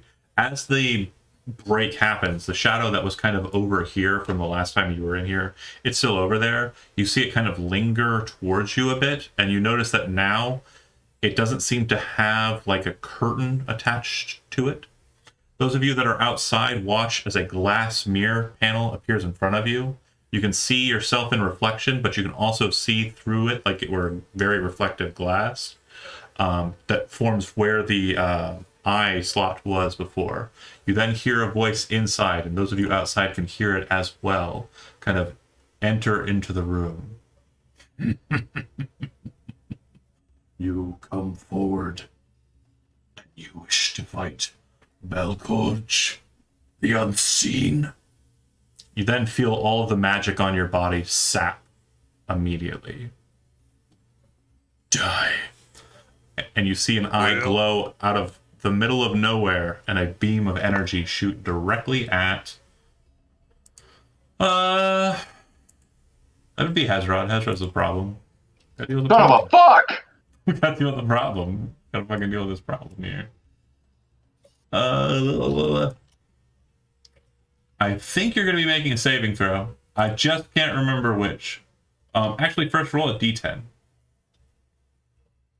Oh, I know how this fucking goes. Yeah, you should. It's our favorite part of the game. I have rolled these d10s before. Uh-huh.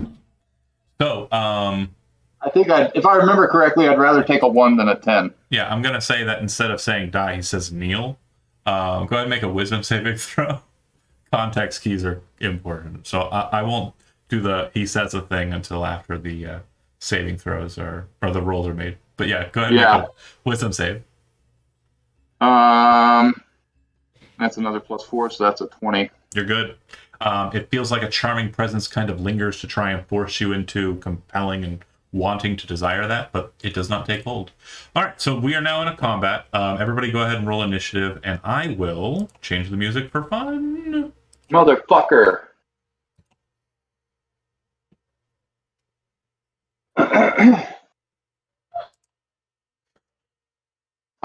You guys better break that fucking window. My wife has the hiccups. I didn't know what was going on before, and when I paused for a second to go figure it out, it sounded like she was in trouble. We got hit by an eye ray of hiccuping. She was just hiccuping. What do you mean eye ray? What are you talking about? How would you even know that? I don't know. Or the giant orb, all the fucking eyes that we found, a 10. mysterious eye appearing. 10 eyes. There were 10 eyes. Okay, so now we need to design a spell called Inflict Hiccups. Yeah. Also, a fun fact about this fight is it's invisible. Did we cover Yeah, that? I can tell. I see what's happening now. So, Colonel Bosk, you betrayed me. No, we can kill it. I mean, I'm sure it'll be fine. This Will you? music. Will you stop? I can't hear it. The only- yeah, it is pretty faint. Yeah, it is. Colonel Bosk, where is it?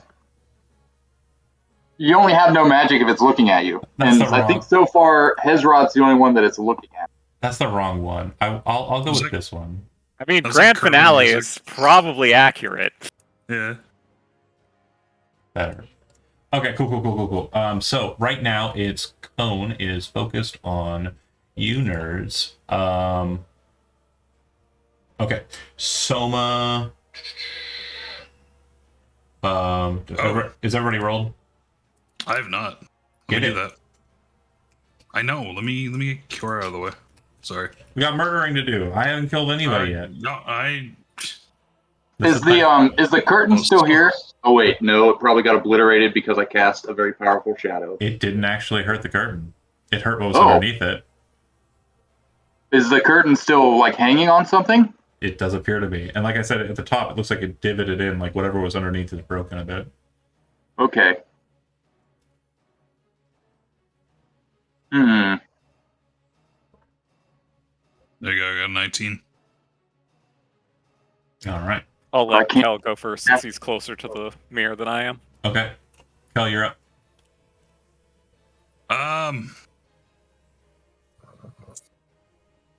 So I got a mirror in front of me, but I can see through the mirror. Do you test the mirror with your touch? I'll test the mirror with the butt of Fulminator. It goes through, and it looks like it's at a point where when it goes through and it gets to the other side, you can't pull it back out. Well, I guess I'll go with it All if right. I can. You push through the glass and appear on the other side. Oh well. You then touch the glass behind you, and it is very solid. And I'll look at someone. I'll say it's one way. Make a choice. Then I guess I'll go Uh-huh. over here. Make a dexterity saving throw. Sheesh. Sheesh. Come on. Oh, it better not be that. Sufficient. So you start moving across the floor, and there's a certain level of slipperiness that is not natural. You, being a merfolk, understand kind of a bit of fluid dynamics and slipperiness. This is not fluidly slippery. This appears to just be frictionless. And so when you're moving across it, it's like a strange paradigm of moving across like a perfectly smooth floor. All right. You get into position. Yeah, I guess I would, because it's invisible. You do know that it is the unseen or invisible eye, and you did hear it call itself the name it said it was.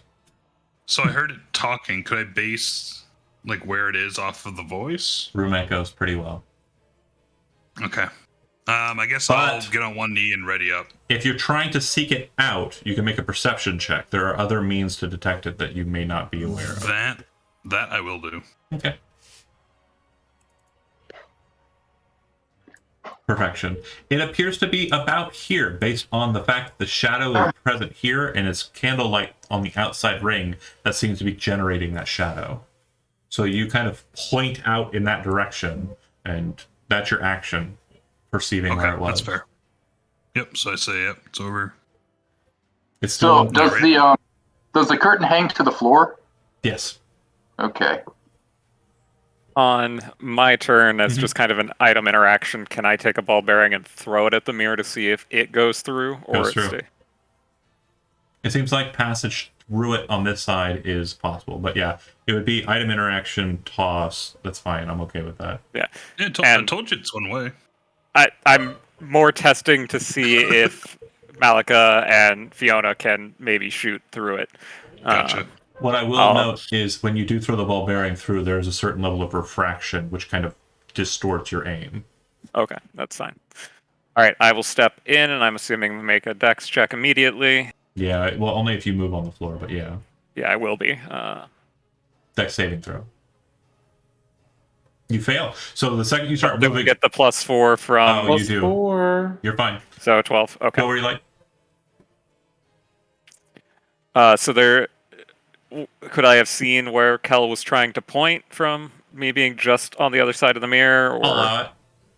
okay, I guess for funsies, I will take a pot shot with the bow in the direction he was pointing. Go for it. I'm still pointing at it.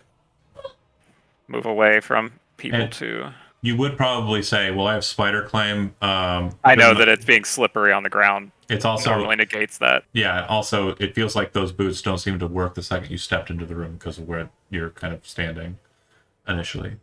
The magic Where he's disappears. gazing. Yeah, that's not gonna work. The arrow goes flying high. You see it actually hit one of the candles and then bounce out of the alcove it was in. The candles fire goes out for a second and then immediately reignites. Soma done. Avran up. All right. Okay. First, Avran is going to rage. Oh, you started your turn here, though. I need you to make a dex saving throw. Sorry, I forgot about that. Okay. Probably more angry if you fall. True. You're fine. Nope. Rage up, and then We're going to run into that direction until we hit meat, and then we're going to start swinging. okay. So you're gonna keep running because you're not hitting anything. So Not hitting any meat. whatever your speed is, you're moving right into nothing. Yep. Shit. And he's pointing up a bit, so you assume it's not ground level. Got you. Keep in mind, the dome is 30 foot high, so it could elevate 10 feet comfortably. Do I feel my magic come back to me? It does. Okay. I'll hold my action until I see something. Or I see the beast or creature talking to us. Okay. Well, you don't have to wait too long. Between you and Hezrod, you hear a voice kind of boom throughout the chamber that kind of fills it out. You will all die, or like me really well. Roll a d10, Avran. Fuck. So I'm assuming it's looking at Avran now. No, swing at Hezrod. Oh, okay. Three? Make a wisdom saving throw. Actually, are you immune to frightened? No, I don't think so. I Okay. gotta check my What level of paladin are you? 6. Okay. Wow, that's really low. Yeah. This is gonna be really hard. Nope. Alright, so wisdom? Wisdom saving throw, yeah. 22. You are not afraid. But you see a beam kind of appear above you as an eye manifests for just a second, and then a bolt of kind of this pinkish light kind of slams down into you, onto your head, and you kind of, and then kind of stymie the fear. Is it close enough to where I could hit it? That was not during your turn, so no. It wouldn't But I be. held my action till I saw something. You have an idea of where it's at already, so you didn't really see it. Shit. Okay, never mind. Yeah. Never mind. I'm sorry. No worries. It's still invisible, so there is no Gotcha. sight. Alright, that's fair. Ezra. Okay.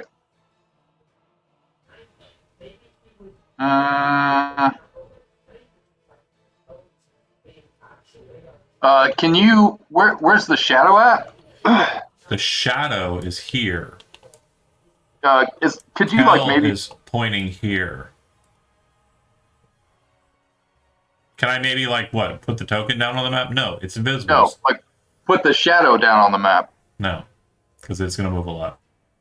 That's fair. Hezrod moves till he's standing in the middle of the shadow. Okay. So you Is his magic still not there? your magic's fine. Okay, so it comes back. Yeah. Okay, cool. Then he runs and he moves and stands in the middle of the shadow, and then he just lightning bolts straight up. Okay.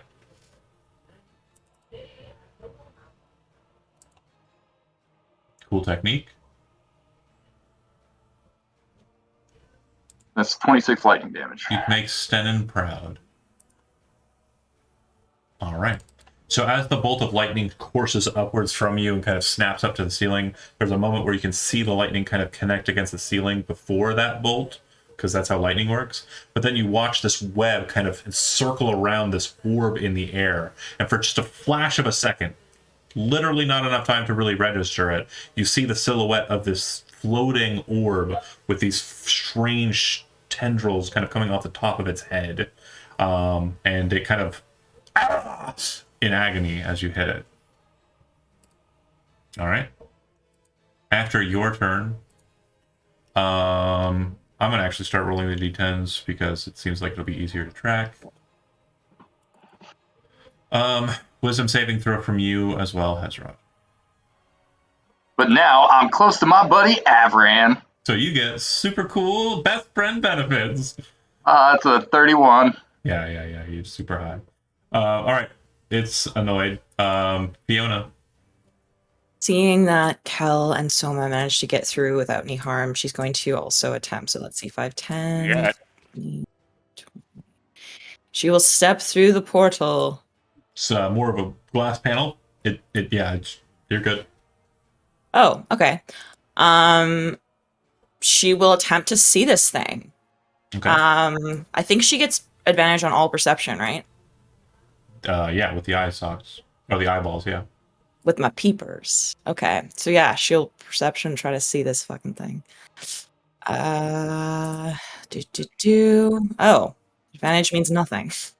Yeah. So you get the same kind of bearing that Kel is getting, and that's your action to do. So it definitely appears that it's currently here, and based on the shadow length and spacing, you can kind of gauge that wherever the shadow is in the future, indicating kind of here, it's probably just like right behind it. It kind of angles down out from. Sorry, the were you walls. pinging at any point? Because I didn't see. There, now I see it. Thank you. Sorry, Okay. I'm flirting with the people in chat. And then Belcorge goes, "What's up, homie?" With all the eyes. No. You actually hear, "What the fuck are you?" from its voice. The creature, or well, when you come out and kind of like pull your eyes back to be able to see, yeah. you hear the bodiless voice say, "What the fuck are you?" because you are an abomination. I think the god would be surprised. Oh, it's surprised. Yeah, it's definitely disgusted by you, though. I don't know if you know how beholder culture works, but they all think that they're the real beholder, and all other things that are beholder-like are freaks of nature. Interesting. I thought there would have been some camaraderie there. No, beholders hate each other. Cool. I highly suggest reading I, Tyrant if you ever get the chance. It's a fun read on beholder, just anything beholder.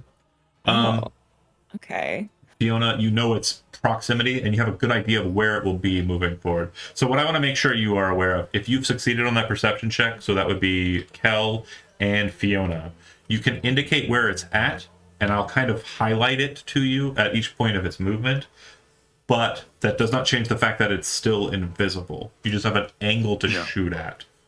Right. We now know kind of where to cast our things. If you have area of effects, it's going to hit pretty well. If you're making range attacks, you'll have disadvantage because you don't know exactly its spacing. Okay. For my bonus action, then she's just gonna call out. Let's see who's in the room. Who hasn't gotten it yet? She's gonna call out to Hezrod. I think it's on you. It's hard to see, but good luck. And you get Bardic Inspiration. All right. After your turn and A before weird song. Malika's, I need you, Fiona, to go ahead and make a Constitution saving throw. Right now? It's taking its last legendary action.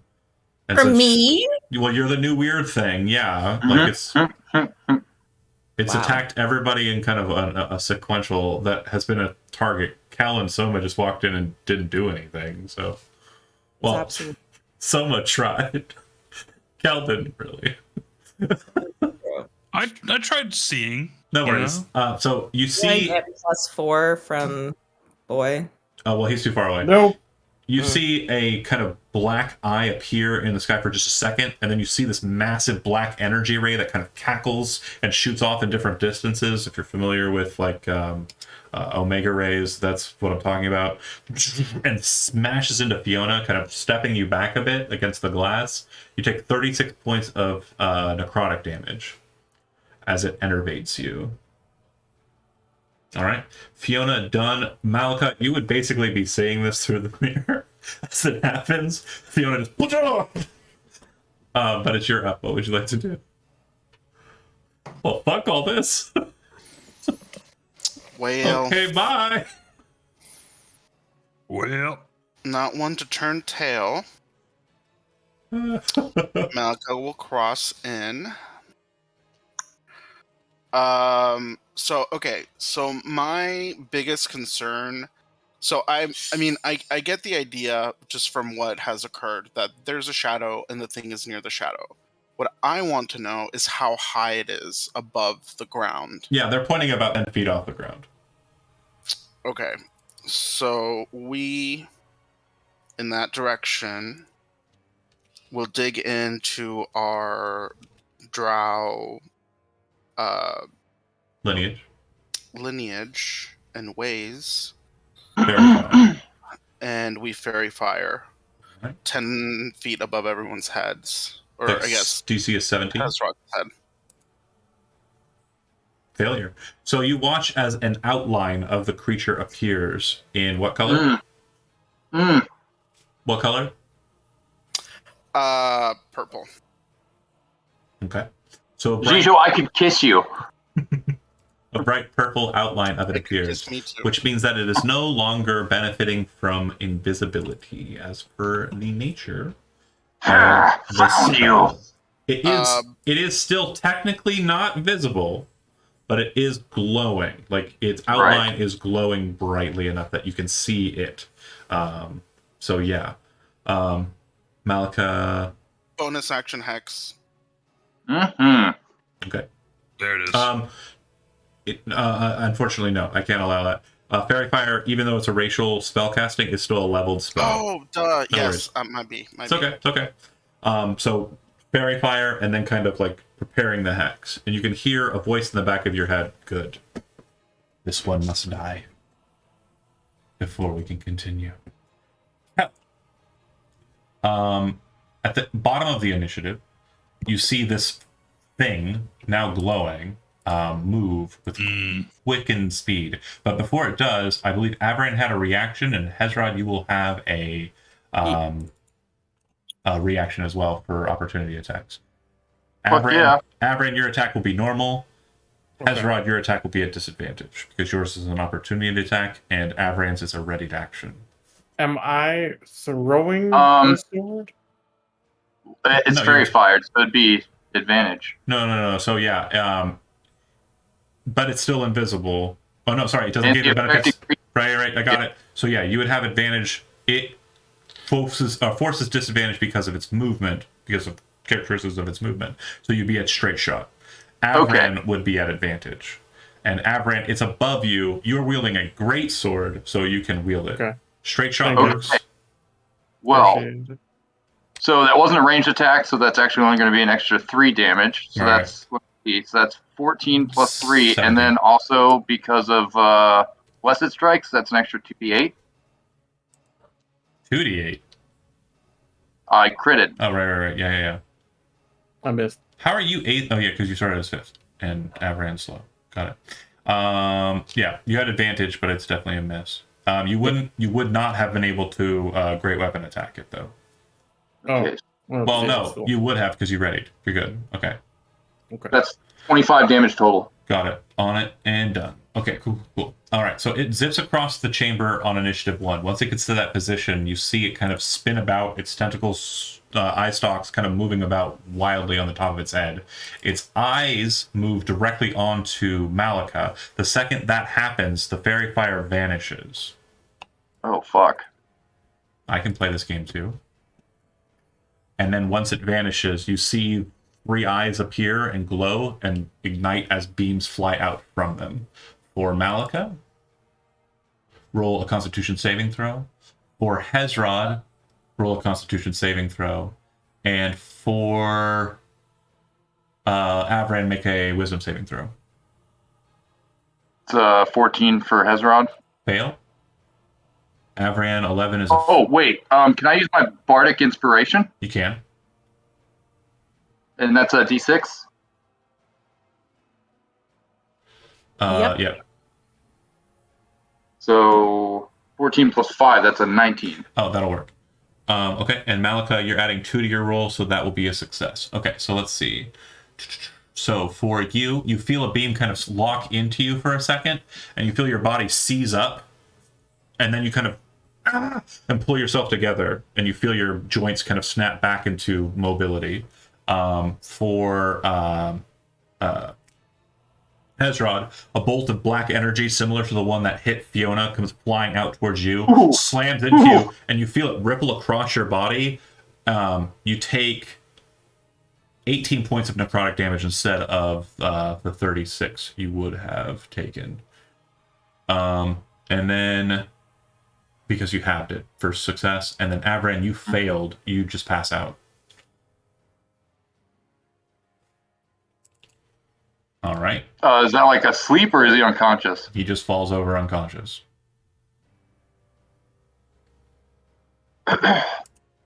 All right. Oh. Kel, you are up. Oh, Avron. Okay. Okay. Let me see.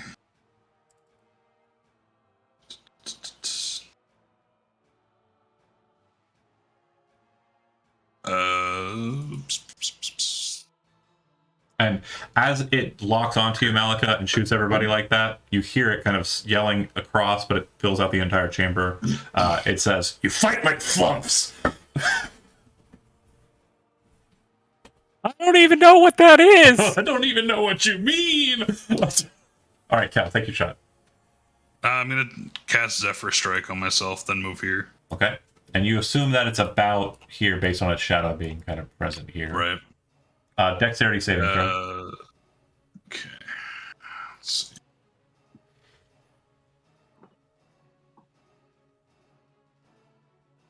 Yeah, you pass. You move into position, you're fine. No, get on a knee, shoot twice. Kind of moving, and as you're doing it, you got a feel for the slipperiness of the floor, so you put your knee down and kind of use your forward foot to kind of spin you into position, stopping you perfectly. Bang, bang. The first shot will, because it's invisible again, miss. The second shot will hit. Give me the damage for that, please. For Zephyr Strike, can I make it advantage, but then also I guess it evens out So to normal? Zephyr Strike needs to be called before the shot is made. So since you rolled the dice, no. Oh. You said you cast Zephyr Strike. You didn't say that I'm going to use Zephyr Strike on my first attack. I got you. Okay. Yeah. Good to know. So first attack will miss. First one misses. Second one hits. Second one. Damage on that, please. Sending. 21. All right. Solid shot. You actually see it hit the air and just stop, and this large kind of just burst of blood shoots out and hits the ground. It doesn't look like there's any visible sign of the damage in the air, but yeah. And they'll do it. Cool. Between Kel and Soma, you see a kind of flare appear. Yeah, make a dex saving throw, Cal. That seems bad. That is bad. It's not the worst it could have been, but it's definitely. That's fair. And you get the +4 from Avrian, so that's a 20. You succeed. No, he's unconscious. You don't get it. Shit. Oh yeah. Cool. So I then still succeed. you do still succeed with a 16. Sweet. Yeah. Unfortunately, it is a hit or miss situation. You do not take any damage.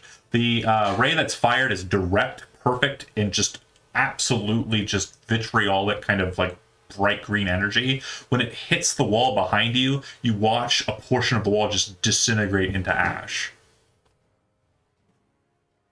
All right, Soma, you're up. So based on where Kel appeared to have hit it and where it was last time it had fairy fire on it before it turned to Malika, do I know where it is roughly? Yeah, approximately. I mean, I'm assuming they're still calling out signs, Malika and Kel. So you have an approximate as to where it's at, but you still don't see it. So you can shoot in that direction. Is it a big enough target? You'll be able to roll with disadvantage and other penalties that are. Okay. I'm not going to do it at this moment, but for future rounds to speed it along. Is it so high up that I probably won't have much luck stabbing at it, or is it at a level where that's theoretically feasible?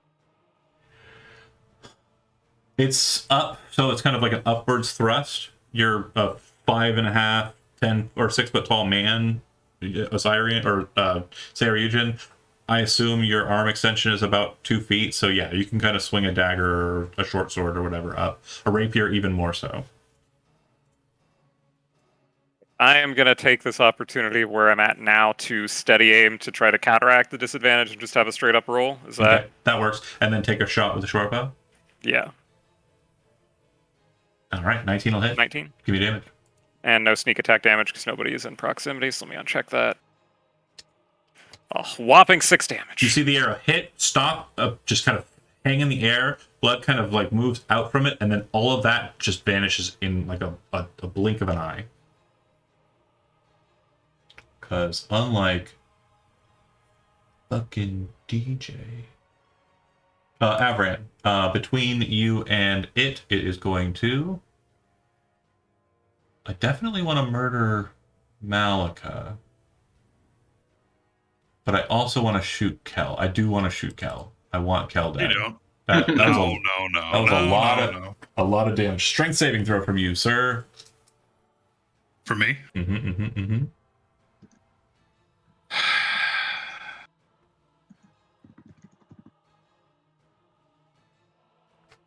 Did it roll? No. Yes. There it is. Failure. So it lifts you off of the ground. You see like a energy of kind of reddish color kind of wrap onto you, pull you up, and slam you into the iron orb, and then just let you drop. So this will require a couple of things. Hold on a second here. But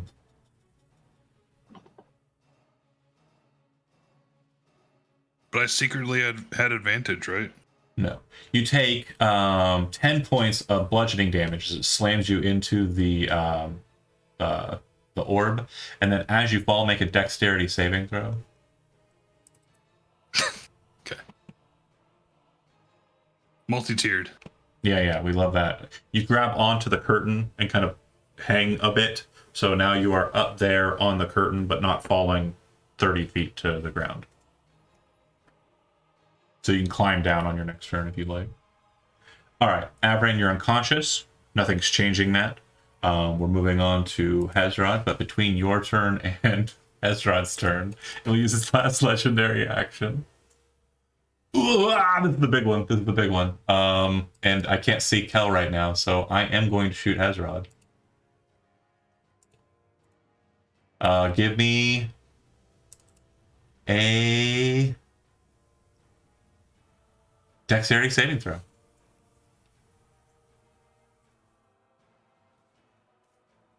Got a 16. Success. Good job. Yeah. No half on failure. Or on success. So you watch as a solid black beam just shoots straight at you. It hits the wall and doesn't do any damage, like the last ray that hit missed. But yeah, it looks like it was pure necrotic energy distilled into a perfect ray. Now it's Hezrod's turn. Okay. Again, he's going to move to be directly in the middle of the shadow. Mm-hmm. Do I have access to magic? You didn't lose it. It's currently focused its orb or its cone on Malika. Okay, cool. So now that he's directly in the middle of the shadow, he's going to cast straight upwards Burning Hand at second level. Give it. That's 15 damage. Dex save is 14 DC. Yes. Okay, it succeeds, so it will take half. Right? You said 15, so 7. Yes. I may have just accidentally removed 7 from yours. Please add the 7 back. I am now lagging because of that. But yeah, gain 7 hit points. I did not mean to do that. Sorry. Oh, you're okay.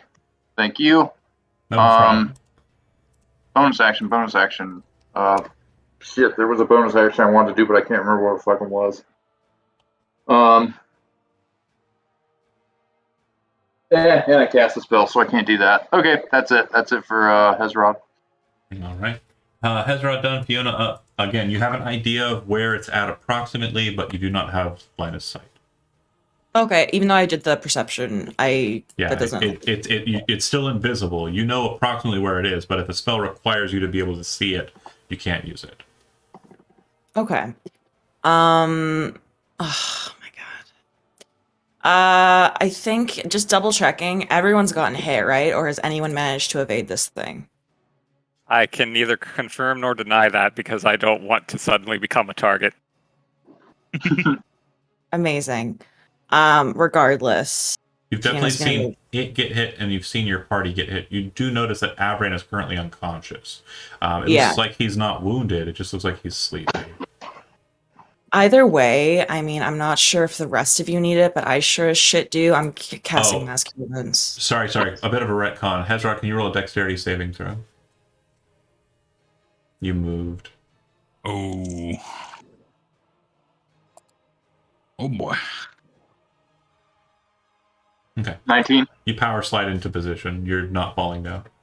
All right. Fucking epic. Fiona, continue your turn. If you do move more than 1 square, let me know because I'll need to have you make a dex saving throw. So. Sure.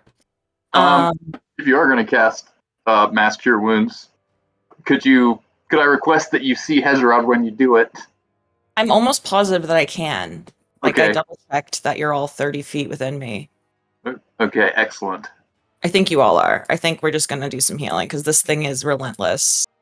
Yeah, Yeah. Fiona has done a fantastic job as a secondary healer. Yeah, so have you. It's very necessary. Definitely don't have a Teamwork makes the primary dream one. work. We got this. 2 guys. secondary healers. And Combined, you're Avran, almost a partial goal here. Avran, I know you're taking a nap right now, I but can you've also also heal. done a great job as a I can- secondary healer, Avran. Thanks. Yeah, Avran's primary method of healing is just taking the damage instead. Yeah. Sorry, hold on. I just put like a bunch of blocks into position, and I need to explain something to the audience real quick. I just want to make sure that they're aware. Joe or sorry, I know you're watching. Meet Avran, played by Jonah. Avran is Ryoman the 187. Just want to let you know that there's there's blood relations in this game. Oh. Yeah, he played the 145th, so Relations! relations. Grandpappy! Grandpa, you're watching me. I hope I am successful. Okay, sorry, Fiona. You mapped your wounds. Anything else that you're doing? Using my last, at least I'm pretty sure I have, yeah, I get my final Bardic Inspiration. I'm looking around the room. Malika is currently. Oh, yeah. I haven't, no, I helped her, but she hasn't I used have it yet. Oh, she saw one. Okay. Yeah, Do she we hasn't used it still yet. have- I'm gonna do yell we out have to I will offer you an offer. Can I do it to myself? Well, I was going to offer you an interesting offer here. If you want to waste your Bardic Inspiration dice to wake up Avran, I would allow it in this instance because I think the room kind of has a certain level of it would null the use of it, but it would not take an action of being adjacent to him to normally wake him. I'm more than happy to do that just because of the nature of the room. Sure. Yeah. Seeing that, like having this idea, thinking like if I play my music loud enough, maybe this bitch will wake up. She uses her last Bardic Inspiration and just yells, "This is not the time to sleep." The skull. I much prefer. Avran, I prefer. You're having dreams of like, oh yeah, I'm a great paladin. I'm the best paladin. Remember that time I helped all these spirits by being like a carriage for them? Oh yeah, remember that time I told Malika she can't do blood magic on me, right? Like with the frog mask? That was cool. Yes. And then the scolding of Fiona hits you like a truck and you wake up. And it's more melodious when you actually gain consciousness. Oh, God. Fiona, can I record that on your track list as Wake the Fuck Up, Walking Party Temp Hit Point?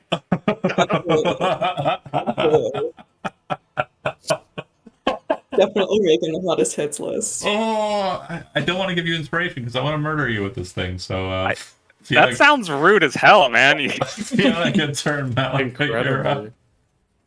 It wasn't good. It was a Chrissy, zinger. wake up! Jesus. All right, all out. You can have inspiration. Okay, we step. Mm-hmm. Do we have magic? Nope. We step. Dexterity saving throw. How dare you It's make me do things? It's Okay. the life I lead. I have to be a complete. You're Okay, fine. hold on. And also, you are fine. As you step behind the curtain, it seems that you regain the use of your magic. And I have a cube above it, right? That I can kind of say, okay, it's probably around here, based on you have everyone's an idea. fucking with it. It's directly above Hezrod. Okay, so we're gonna expend a spell slot. But you know that if you turn around that corner without going around the other side, you're going to step right back into its anti-magic cone. So If I turn that corner. yeah, if you get behind, so you're hiding behind the curtain. This way. Uh-huh. If you go back the way you just came to shoot at it, the magic is going to go into its anti-magic cone. Oh, I can't see Yeah. it from where I am. Right. Yeah. Because you're hiding behind the curtain. Okay, so I'll Let's keep put it this moving way. then. Yeah. Cool. You're fine on deck saving throws. It's all done. But then when you come around, you can see Hezrod. You assume it's above him. And feel free to just... Yay! So, quick note. For Drow Magic, it's a one-use option, is it not? Right, I'm spending a spell slot. I don't know if it gives you the option to be able to cast the spell. I think it's just a one-time thing. Let me double check. I have it. I think you can spell or I mean, you're casting it at like a hugely high magic or spell level, so When like, you reach 5th level, you can no. yeah, it's just I a one can't. use. It's just a one use. I mean, you know what? Like this one time, I'm willing to go ahead and give it to you just because you're wasting a big ass spell slot for it. But that's your choice if you want to do that or not. Yeah, I can. Okay. Otherwise, I can't target it. Absolutely fine. All right, dex saving throw. All right, and the DC is 17. Okay, cool. The magic appears in that area. You see, it kind of tingle for a second and just dissipates. counter spell. Nope. It just missed. Yeah, just a regular miss. We cry. We do great. All right. John, Kel, you are the one that is up. No, you're not. It's up. You hear a whoosh sound from above your head, Hezrod. As seeing is a prerequisite for making opportunity attacks, you do not get one. Fiona, all the magic inside of you dies. And Soma, same is true for you. Out of curiosity, it wasn't me that casted it. It was the staff. Sure. I'm still murdering you. It's fine. No, I'm curious. Is it taking away my magic items too? All of the magic in this area is blocked. It's an anti-magic cone. Right. Okay. Cool. Yeah. So the shadow is here, so it's presumed to be near there. And then boom, boom, boom. Not the best, but I guess it's fine.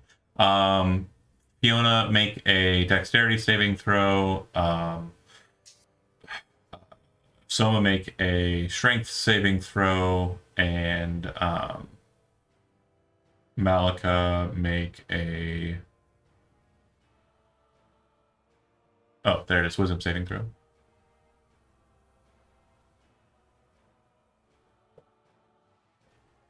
Okay.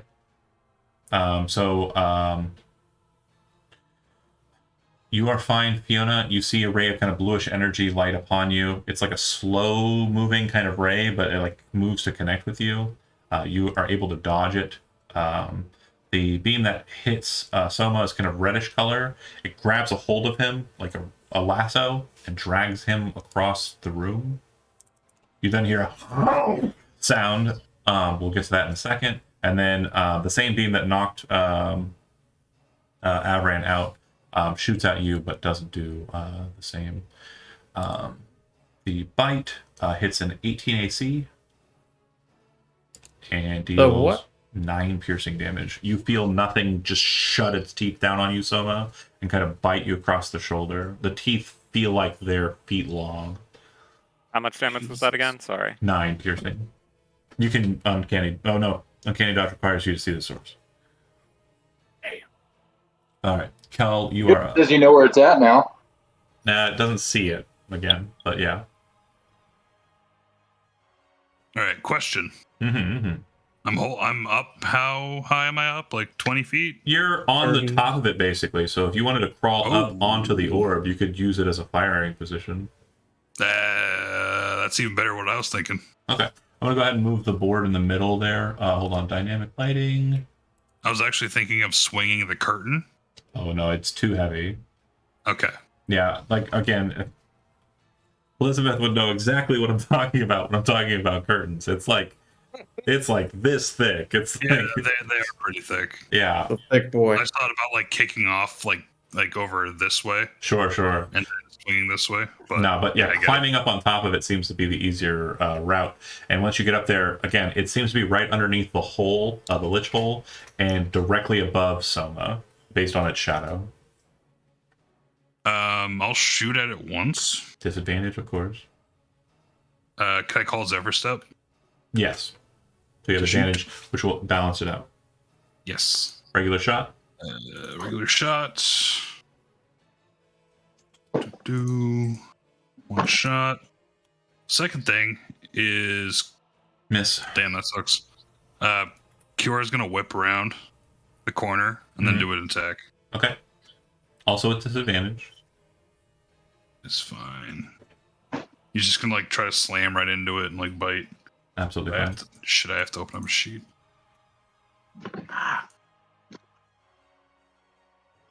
Nope. That's not what I meant to do. Hey, DM. Yeah. Throwing objects is a item interaction, not an action. Right? If you're tossing them to drop them, yes. If you're throwing them as a melee attack, it's an action. I mean, it's I don't. It's weird. Basically, I'll tell you when it gets. Okay. The bite will hit. Yeah, go ahead and give me the damage. It is not immune to poison, so all of it, all of the stuff. That's what I thought.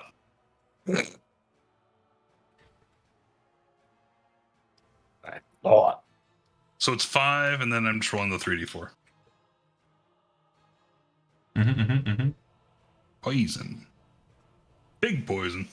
Yeah, you can also just click the word attack. I think it'll drop the dice for future reference. Really? Yeah. Oh, it does. But it's cool. I'll ignore that one. We're gonna do the 10 plus 5, so 15. All right. So Soma, as you're kind of being bit and you're kind of turned to the side a bit, you look over to what Kel's doing. You see him kind of pop up on top. As he's moving across the top of the iron orb in the center, you see these weird distortions above you of the beholder kind of like flickering in its space. You probably understand what I'm saying here. I won't go right into it too much. He does not become visible, but it does seem that there's some sort of connection there. Immediately after Kel's turn and before Soma's, you see the eye orb appear for just a nuance as it fires a ray up at Kel. Due to your positioning, you'll have advantage if it is a dexterity saving throw.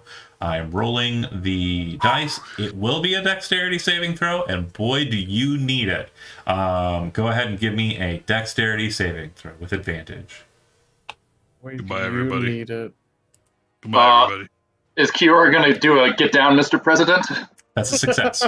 So you watch as that direct black energy of necrotic energy shoots straight up at you, and you kind of do one of these, and it shoots right over the top of your head. Like you can feel pure death just narrowly skim over your head tail. Like, Soma, you are the one that is up. All right. As a free action, I will shout out to remove the curtain in the center of the room. I obviously can't do that from over here, and I am going to take advantage of something being in melee range of the beholder and use steady aim and stab up with my rapier. Okay. Oh, sorry. One last thing. Go ahead. Yeah, that hits. Or that misses. Sorry. Because 20. Steady aim. So that'll hit. It will not have sneak attack damage, and I'll explain to you why. You have disadvantage. You have advantage. Sneak attack requires you to not have disadvantage. Advantage does not cancel out disadvantage. So it'll just be the 11, but still solid stuff. Okay, yeah, I see the don't have disadvantage caveat. Okay. Yeah. It's elegantly worded, but it is kind of confusing to people who are kind of focused on attacking. But yeah, hit. A little bit of blood traces down onto the ground because you didn't move. No dex save. Perfection.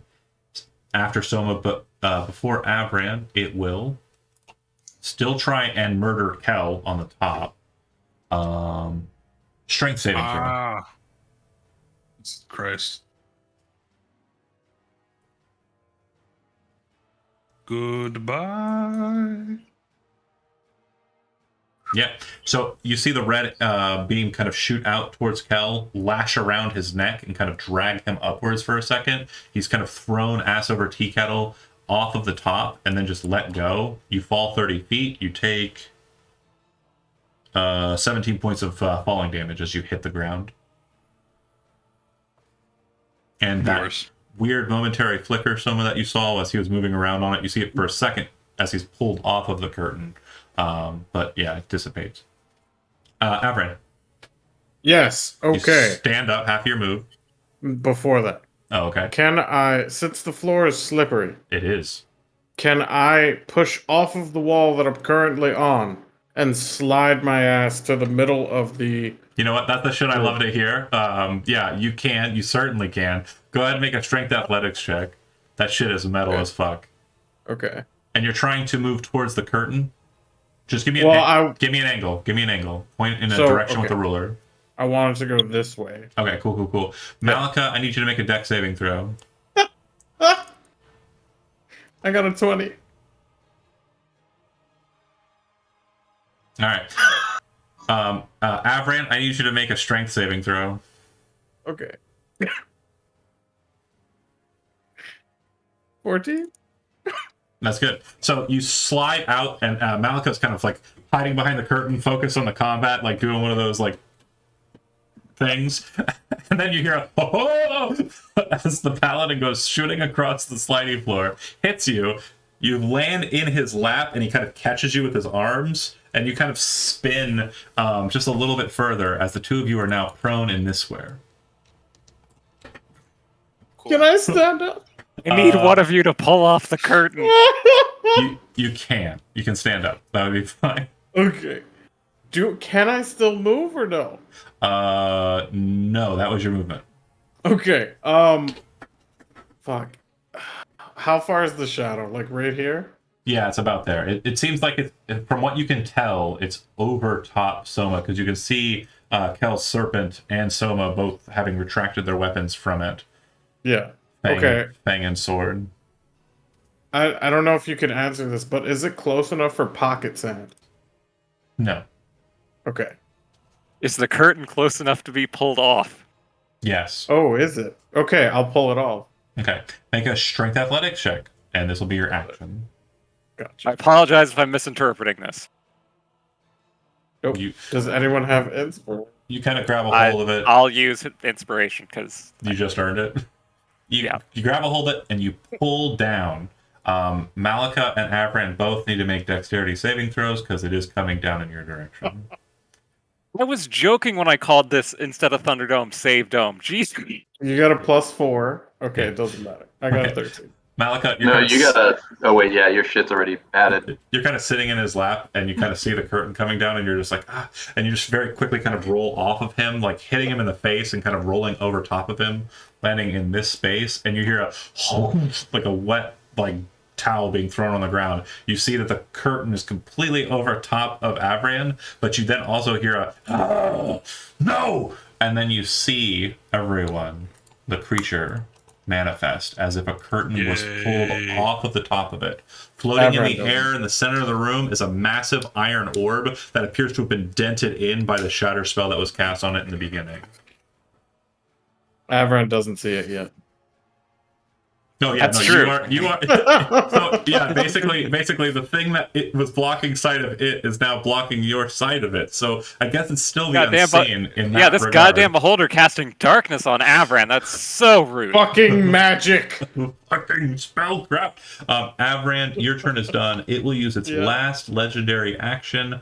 Looking down at Soma, who was the one directing this, very angrily, will try and. I'm gonna die as I live, talking shit. Right. Dexterity saving throw from you. But you can see it now. Yeah. The beam shoots straight down, hits the ground. You watch as the marble turns gray slate stone when it hits. Oh, petrification. Turn you into a goddamn statue. That would have silenced me, probably. Damn right. Hazrod, you can see it. It is manifest. And it's bleeding. Yeah. Hezrod watches the curtain come down and then sees the boulder appear, and he grins like all teeth, and he says, "Ha! Found you!" Bonus action Hex, and then Eldritch Blast. Okay. First Eldritch Blast is going to get Blessed Strikes. You see the mark of Atavius appear above its head and kind of pointing down at it, and then. You fire forward the Eldritch Blast. The first one misses. The second one hits as pure chaos takes hold on both sides of the attack. Right. So this one's going to get an extra 2d8 and an extra 2d6. Okay. So 17. 17 plus 8 is 25, 25, 29. Yeah. So 29 damage. Okay. First one hits the wall and it kind of it's not even really looking at you, but it's kind of always looking at everyone. I was gonna say it has like 14 eyes. I don't. It cannot be not looking at everyone. But it definitely is looking with its anti-magic cone at Fiona right now. And Malika as well, who kind of jumped into it, actually. That said, yeah, it takes a lot of damage. It's not happy with that. And Hezred, your turn concludes. Fiona, your turn is up. Just so we have an understanding, the cone is 150 foot. Go ahead. I'm sorry, I still have movement, so can I move to put the iron sphere between me and the boulder? No, the iron sphere is 20 feet up. Oh, okay. There's Just no double- longer cover in the center. Go ahead. Sorry, just double checking. Was his reaction more to, or did it appear, I don't know if this is relevant, that he was mad about the orb being revealed or the curtain being pulled? Oh, he was definitely mad about the curtain being pulled because it revealed him. Revealed him. Okay, so he doesn't seem to have his focus on the orb itself. No.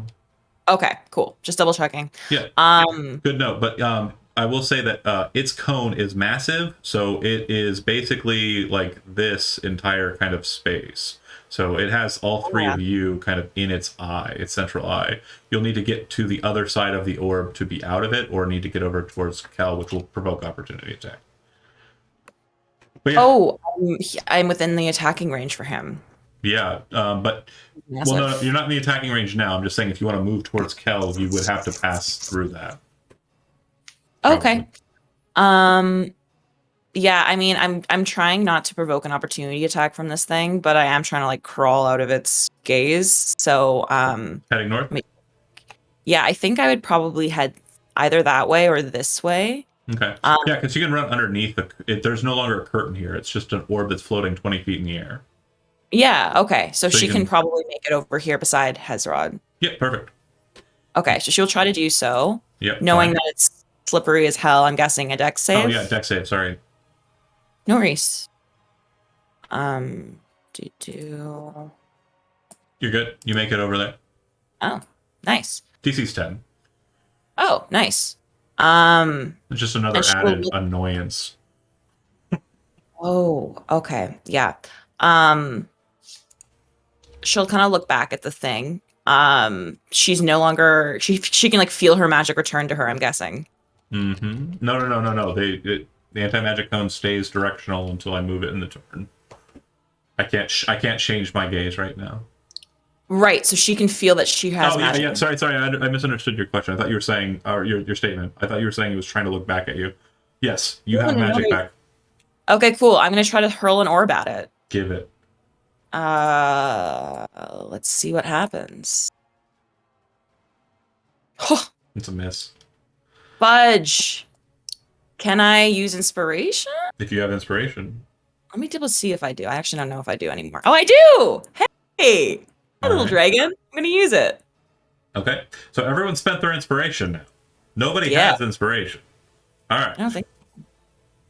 On to you guys. Well, Until sorry, I make a mean, better joke. In my heart, I have inspiration. Is I've been it sitting on inspiration for like more 8 than sessions. fair? That hits. That's a higher level casting, so we're looking at I'm 30, casting poison, by the way. It's an orb of poison. 37 damage. Hey yo. Yeah. Solid hit. It definitely looks like it's very much just drooling acid or poison out of its mouth. Its eyes are kind of like narrowing. It looks like it's very close to death. Fiona done. Like it had one weed. It's had one weed. Malika, you are up. Okay, we try to That escape poison bank. cone. We roll dex to escape cone. I have a You- bonus from Avran. Avran. This Uh, buddy bonus. He's under a curtain though. But I'm not Uh, unconscious. Can you click the aura for me real quick? You know I just what? need to read it. You know No, what? I have No, my. you know what? You know what? Better. The curtain's on the floor. You're just walking on it. You're just walking across Avran. Alright, That's cool. better. Walking on the walking on that good old curtain. Yeah. Okay, so this You is probably the step only on Avran. thing- Yeah. That- For sure, that Yeah, happened. I can see that. I can Step see on that. Avran, Okay. and then also like there's like this. I don't know. There was this anime where there were like all these rankings. I forgot what anime it was, but like there's like this board that's like Malika's most trusted ally, and Kel Avran's was like at the top, and Kel drops one, and Soma goes up 1. Congratulations, Soma. Whoa. Oh man, lots of changes here. Don't mind me. Don't mind me. Just taking all the disintegration rays or death rays. So we hex. You moved up on mine by helping me identify the curtain as the key component. So We love that. We love that. Bonus action hex, and we will. As before, when the double hex happens, you notice that the Tavian cross seems to be taken by the visage of the corruptor and kind of wielded like a blade into it. Go ahead with the spell casting of the Eldritch Blasts. Hit. Plus my hex. Oh no, second attack, sorry. 1 other attack. You walk across Avran, moving across the curtain, step down behind Fiona, kind of bracing yourself on her for a second not to slip and fall. And then you kind of look across at the creature as it's slowly turning its head towards you. The hex takes hold. You watch as the lance kind of moves down, giving you a perfect target at the pinnacle of the Atavian cross. You fire the first Eldritch Blast with your right hand. You see it split into 2 as if it were severed, and then wings kind of sprout out from each of them, slamming into the central eye of the creature in a perfect X pattern. You then watch as the whole creature, disemboweled of its eye and its innards, just slowly descends down and hits the ground, interrupted by a cat, of course, just on the ground, and kind of like it's like a wet balloon is like dropped onto the ground, a wet fleshy balloon. Maliko relishes that wet fleshy moment and absorbs. And absorbs it. I'm sorry. Is its main center eye intact? It's dead, and no. Okay. Not the worst blind date I've been on. Blind. Hezra does a quick look around the room, takes a moment to consider, and then walks over and grabs the diamonds. Perfect. So if you take stock of the room and kind of move throughout it and pick up all the things, what you'll note is there are 12,000 copper pieces, 5,000 silver pieces, 1,000 gold pieces, 1,200 gold pieces worth of diamonds, a clay chameleon statue covered in crystal beads that change colors. The statue is worth 25 gold. Hold on. Start from the... Is that somebody writing all this down? I got you. Hold on. Okay. This is going to be an easier method of doing it. We just got banked, son! Yeah, but now we got to figure out how we're going to haul all this shit out of here. I'll write it down. True. Everyone can probably leave the up copper. a little bit. Yeah, we can probably leave the... Probably going to leave the copper. Although we might take like, I don't know, let's say like 100 pieces with us so we can use lights. Yeah, instead of my precious ball bearings. I'm also pre-identifying, even though I know there's really... You'd probably pick them up. There's time constraints with that, but whatever. Look at that. While we're talking about identifying, John, I guess I never actually asked if the chitinous dagger that I got from the one dwarf and the goat-hatted staff that I picked up from the corpse and the loop-de-loop were magical or not. Those were not. So just so I have it out on verbiage, so if I have to track back to it, I also have it posted in the Discord, but 12,000 copper pieces, 5,000 silver pieces, 1,000 gold pieces, 1,200 worth of diamonds, clay chameleon statue, crystal beads that change colors, 3 painted gold masks sized for children and shaped like the faces of a bat, a monkey, and a parrot, respectively, each worth about 75 gold pieces due to the gold content. A gold coronet shaped like an octopus with mother of pearl eyes. 2,500 gold pieces is the estimated value of that. A potion of diminution, a bead of force, and a bronze +1 shield shaped like a screaming devil's face. Out of character, is it really that impossible for us to haul out all that copper? So, yeah, sans a bag of holding, I would say so. 12,000 gold pieces, because weight is the standard. How much is 12,000 copper pieces weigh? I mean, just imagine how much 12,000 pennies weighs. A gold piece weighs 0.02 pounds. 0.02 times 12,000. You're looking at about 240 pounds of copper. divided not that by bad. how many? Yeah, it's not worth Avron, it. Avron I mean, can if you carry can, all of you that. You don't have any containers for it, unless you have Right. sacks or chests that I'm unaware of. I mean, we got a beholder. We can There's skin a- it. There's a Make a bunch of bag. chests. Beholder Okay. bag. Okay, if you want to make a survival roll to try and make a beholder sack to carry all the copper, I sure do. You I have sure guidance. do. I've got a DC in my head. It's 15. If you can make a DC 15 survival check, I will allow you to make a beholder bag. Like I also I will said, help guidance. him. Let's go. I will help him. I'm proficient in Oh. survival. If you're proficient, yes, then we're good. I'm helping I'm him. also proficient. Oh If my you god. help So, him, so you have advantage and the guidance. Yes. if you help him though, you're also participating in a dark ritual. Well, I don't never care. mind. Not helping No, him. do it. Do it. Do it. Fuck He didn't that know shit. that. He doesn't know. You can Not you can helping. tithe some of the copper to the church. It's fine. It evens out. Heyo. Heyo. Whoa, Stay off it. right. 15 even. Didn't need my help. Okay, so yeah, you're able to make a sack out of it. I will make sure you understand. This is an object that you will need to take and keep track of. If you are carrying it, you are encumbered heavily. So you are moving very slow. So you can leave it places, and we will notate that, but you will not be able to, I'm walking around with Beholder Sack and be able to fight while carrying it. Because you're not Santa Claus. And you're not Santa Claus. I'm pretty I sure be, though? Kel could be Santa Claus. I'm pretty Um, holly and jolly. Can There Avron- is now a merfolk equivalent. It's Kel Claus. Kel Claus. Kelfins. Kelaz. Kelaz. Santa Claus. Santa Kelaz. It's Santa Kellis. That's I'm- all it is. We can move. What's today? What's today? Today is In the the. game. In the Oh, game. it's not Christmas time. It's summer. But it's gonna be. It's gonna Well, be it's the new. Christmas It's now, the bitch. fish folk. Merfolk Christmas in July, baby. Let's Okay. Cool, While cool, the cool. skinning of the beholder is occurring, can Fiona try to examine this orb that was underneath the? Yeah, it's just floating there 20 feet in the air. It appears to be magnetic, something I kind of mentioned to Kel at the top. It appears to be the source of why this room is so slippery. It seems like it's creating kind of like a magnet, or kind of like a magnetic kind of field on the ground that's causing it to be supernaturally slippery. Can she try to lift it? Like take No, it's hovering 20 feet in the air. It's huge. It also looks like it weighs like 1,000 pounds. We break it. 1,000. Ugh, unfortunate. Okay. Do we continue breaking it? She'll just try to look around for any sort of like if any of these little alcoves give way to a passage, or if there looks to be any sort of exits or things in this room.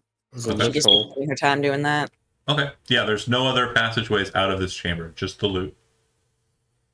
No, there's the lich hole. Oh, there's a So- lich having killed the beholder and acquired the diamonds and the treasure and all that, Hezra kind of looks off to the side and he says, Kodobask, it is done. It was necessary. Destroy it. And you can like feel it forcing your head to look up at the iron orb. Yeah, Ezra looks up at it and then he says, Malika, can you get me up there? Well, I'm sure I can. You looking to finish what was started? Yes, it must be destroyed. Okay, is there anything religiously important about that? I'm assuming not. The big metal orb. Fiona, is there anything arcanely meaningful about this thing? Well, it's creating the situation on the floor, but I'm not sure we're past that. It looks very, very heavy. More heavy than my levitation spell could handle. Actually, instead of flying me up there, can I move my hex to it? It's not a creature, so no. Okay. Ezra's going to go ahead and just cast 2 Eldritch Blasts at it, and he's going to use his Initiative Destruction. I will say it does damage to it. It does quite a bit of damage to it, but not enough to destroy it. There's no way you're doing 60 points of damage in one Eldritch Blast. No, that's fine. But it does look I'm- like a lot of Eldritch Blasts would work. Yeah, so, yeah, he just keeps... After a fashion, you start seeing holes get punctured through it, and then eventually the weight of itself just drops, and it breaks like an egg on the ground. The magnetic field kind of, and you can kind of feel your feet like more readily grounded on the floor. Like there was something that was keeping you from touching the floor, and now you get to. Oh, nice. And Is there anything inside? Not that smooth. It's completely hollow. It does not appear to be a container of any kind. What is its composition? Like, what's it made Iron. of? Malika will, grab some of the little, Shards. like if there's little shards or shavings, and gather that and put it away. Cool. Everyone will do the same. Yeah, they definitely have a lingering magnetic property to them, but they're not like very strong magnets. I know that's a spell component, but what spell?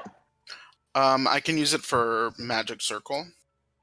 I Plus can use it. silver, I think, or something. Yeah, I'd say you're easily able to get like a couple hundred gold pieces worth of iron shavings, iron Okay, bits. cool. Yeah, I can use it for protection 200. from evil and good. Yeah, it's Any. definitely something. All right. Do we want to go back and open that last set of doors, or do we want to just skip those doors and go down the staircase in the center chamber? I will say, with the time we've got remaining, I'm going to just fast track us, because that next room, the room that you were talking about, it's pretty boring.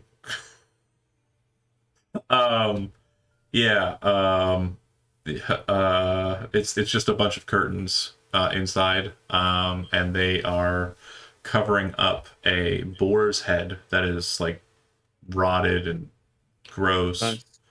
Inside of which there's a pair of gold spectacles, a leather eye patch with a bloodstone set where the eye was in the boar, and a platinum hairpin. But other than that, it's I'll go ahead and type those out in the thing. I need that platinum. So now that the iron orb is destroyed, Hezrod says, "Now what?" I will say that this floor, based on everything you've been able to kind of figure and factor, you cleared every aspect of it. You have not opened the sarcophagus in the gold boat, but you do not have any universal solvent to do that with. So that does not appear to be something that's possible now. So the only things that really you can do is one of the ways... Is the lich hold? Does that matter? It's for the Demolich to come out of. Oh, okay. I imagine our options are to either go down the stairs in that center chamber to the 4th floor where Avran fell with the gargoyles, or we could go back up to the 2nd floor to go down the spiral staircase outside the dwarf's room that we had been using as a safe zone, but is definitely no longer safe. Yeah, that's absolutely fine. So yeah, there was the weird clicking of the weird light and mirror thing on the thing, but that's also boring. Actually, let me double check. Is that boring?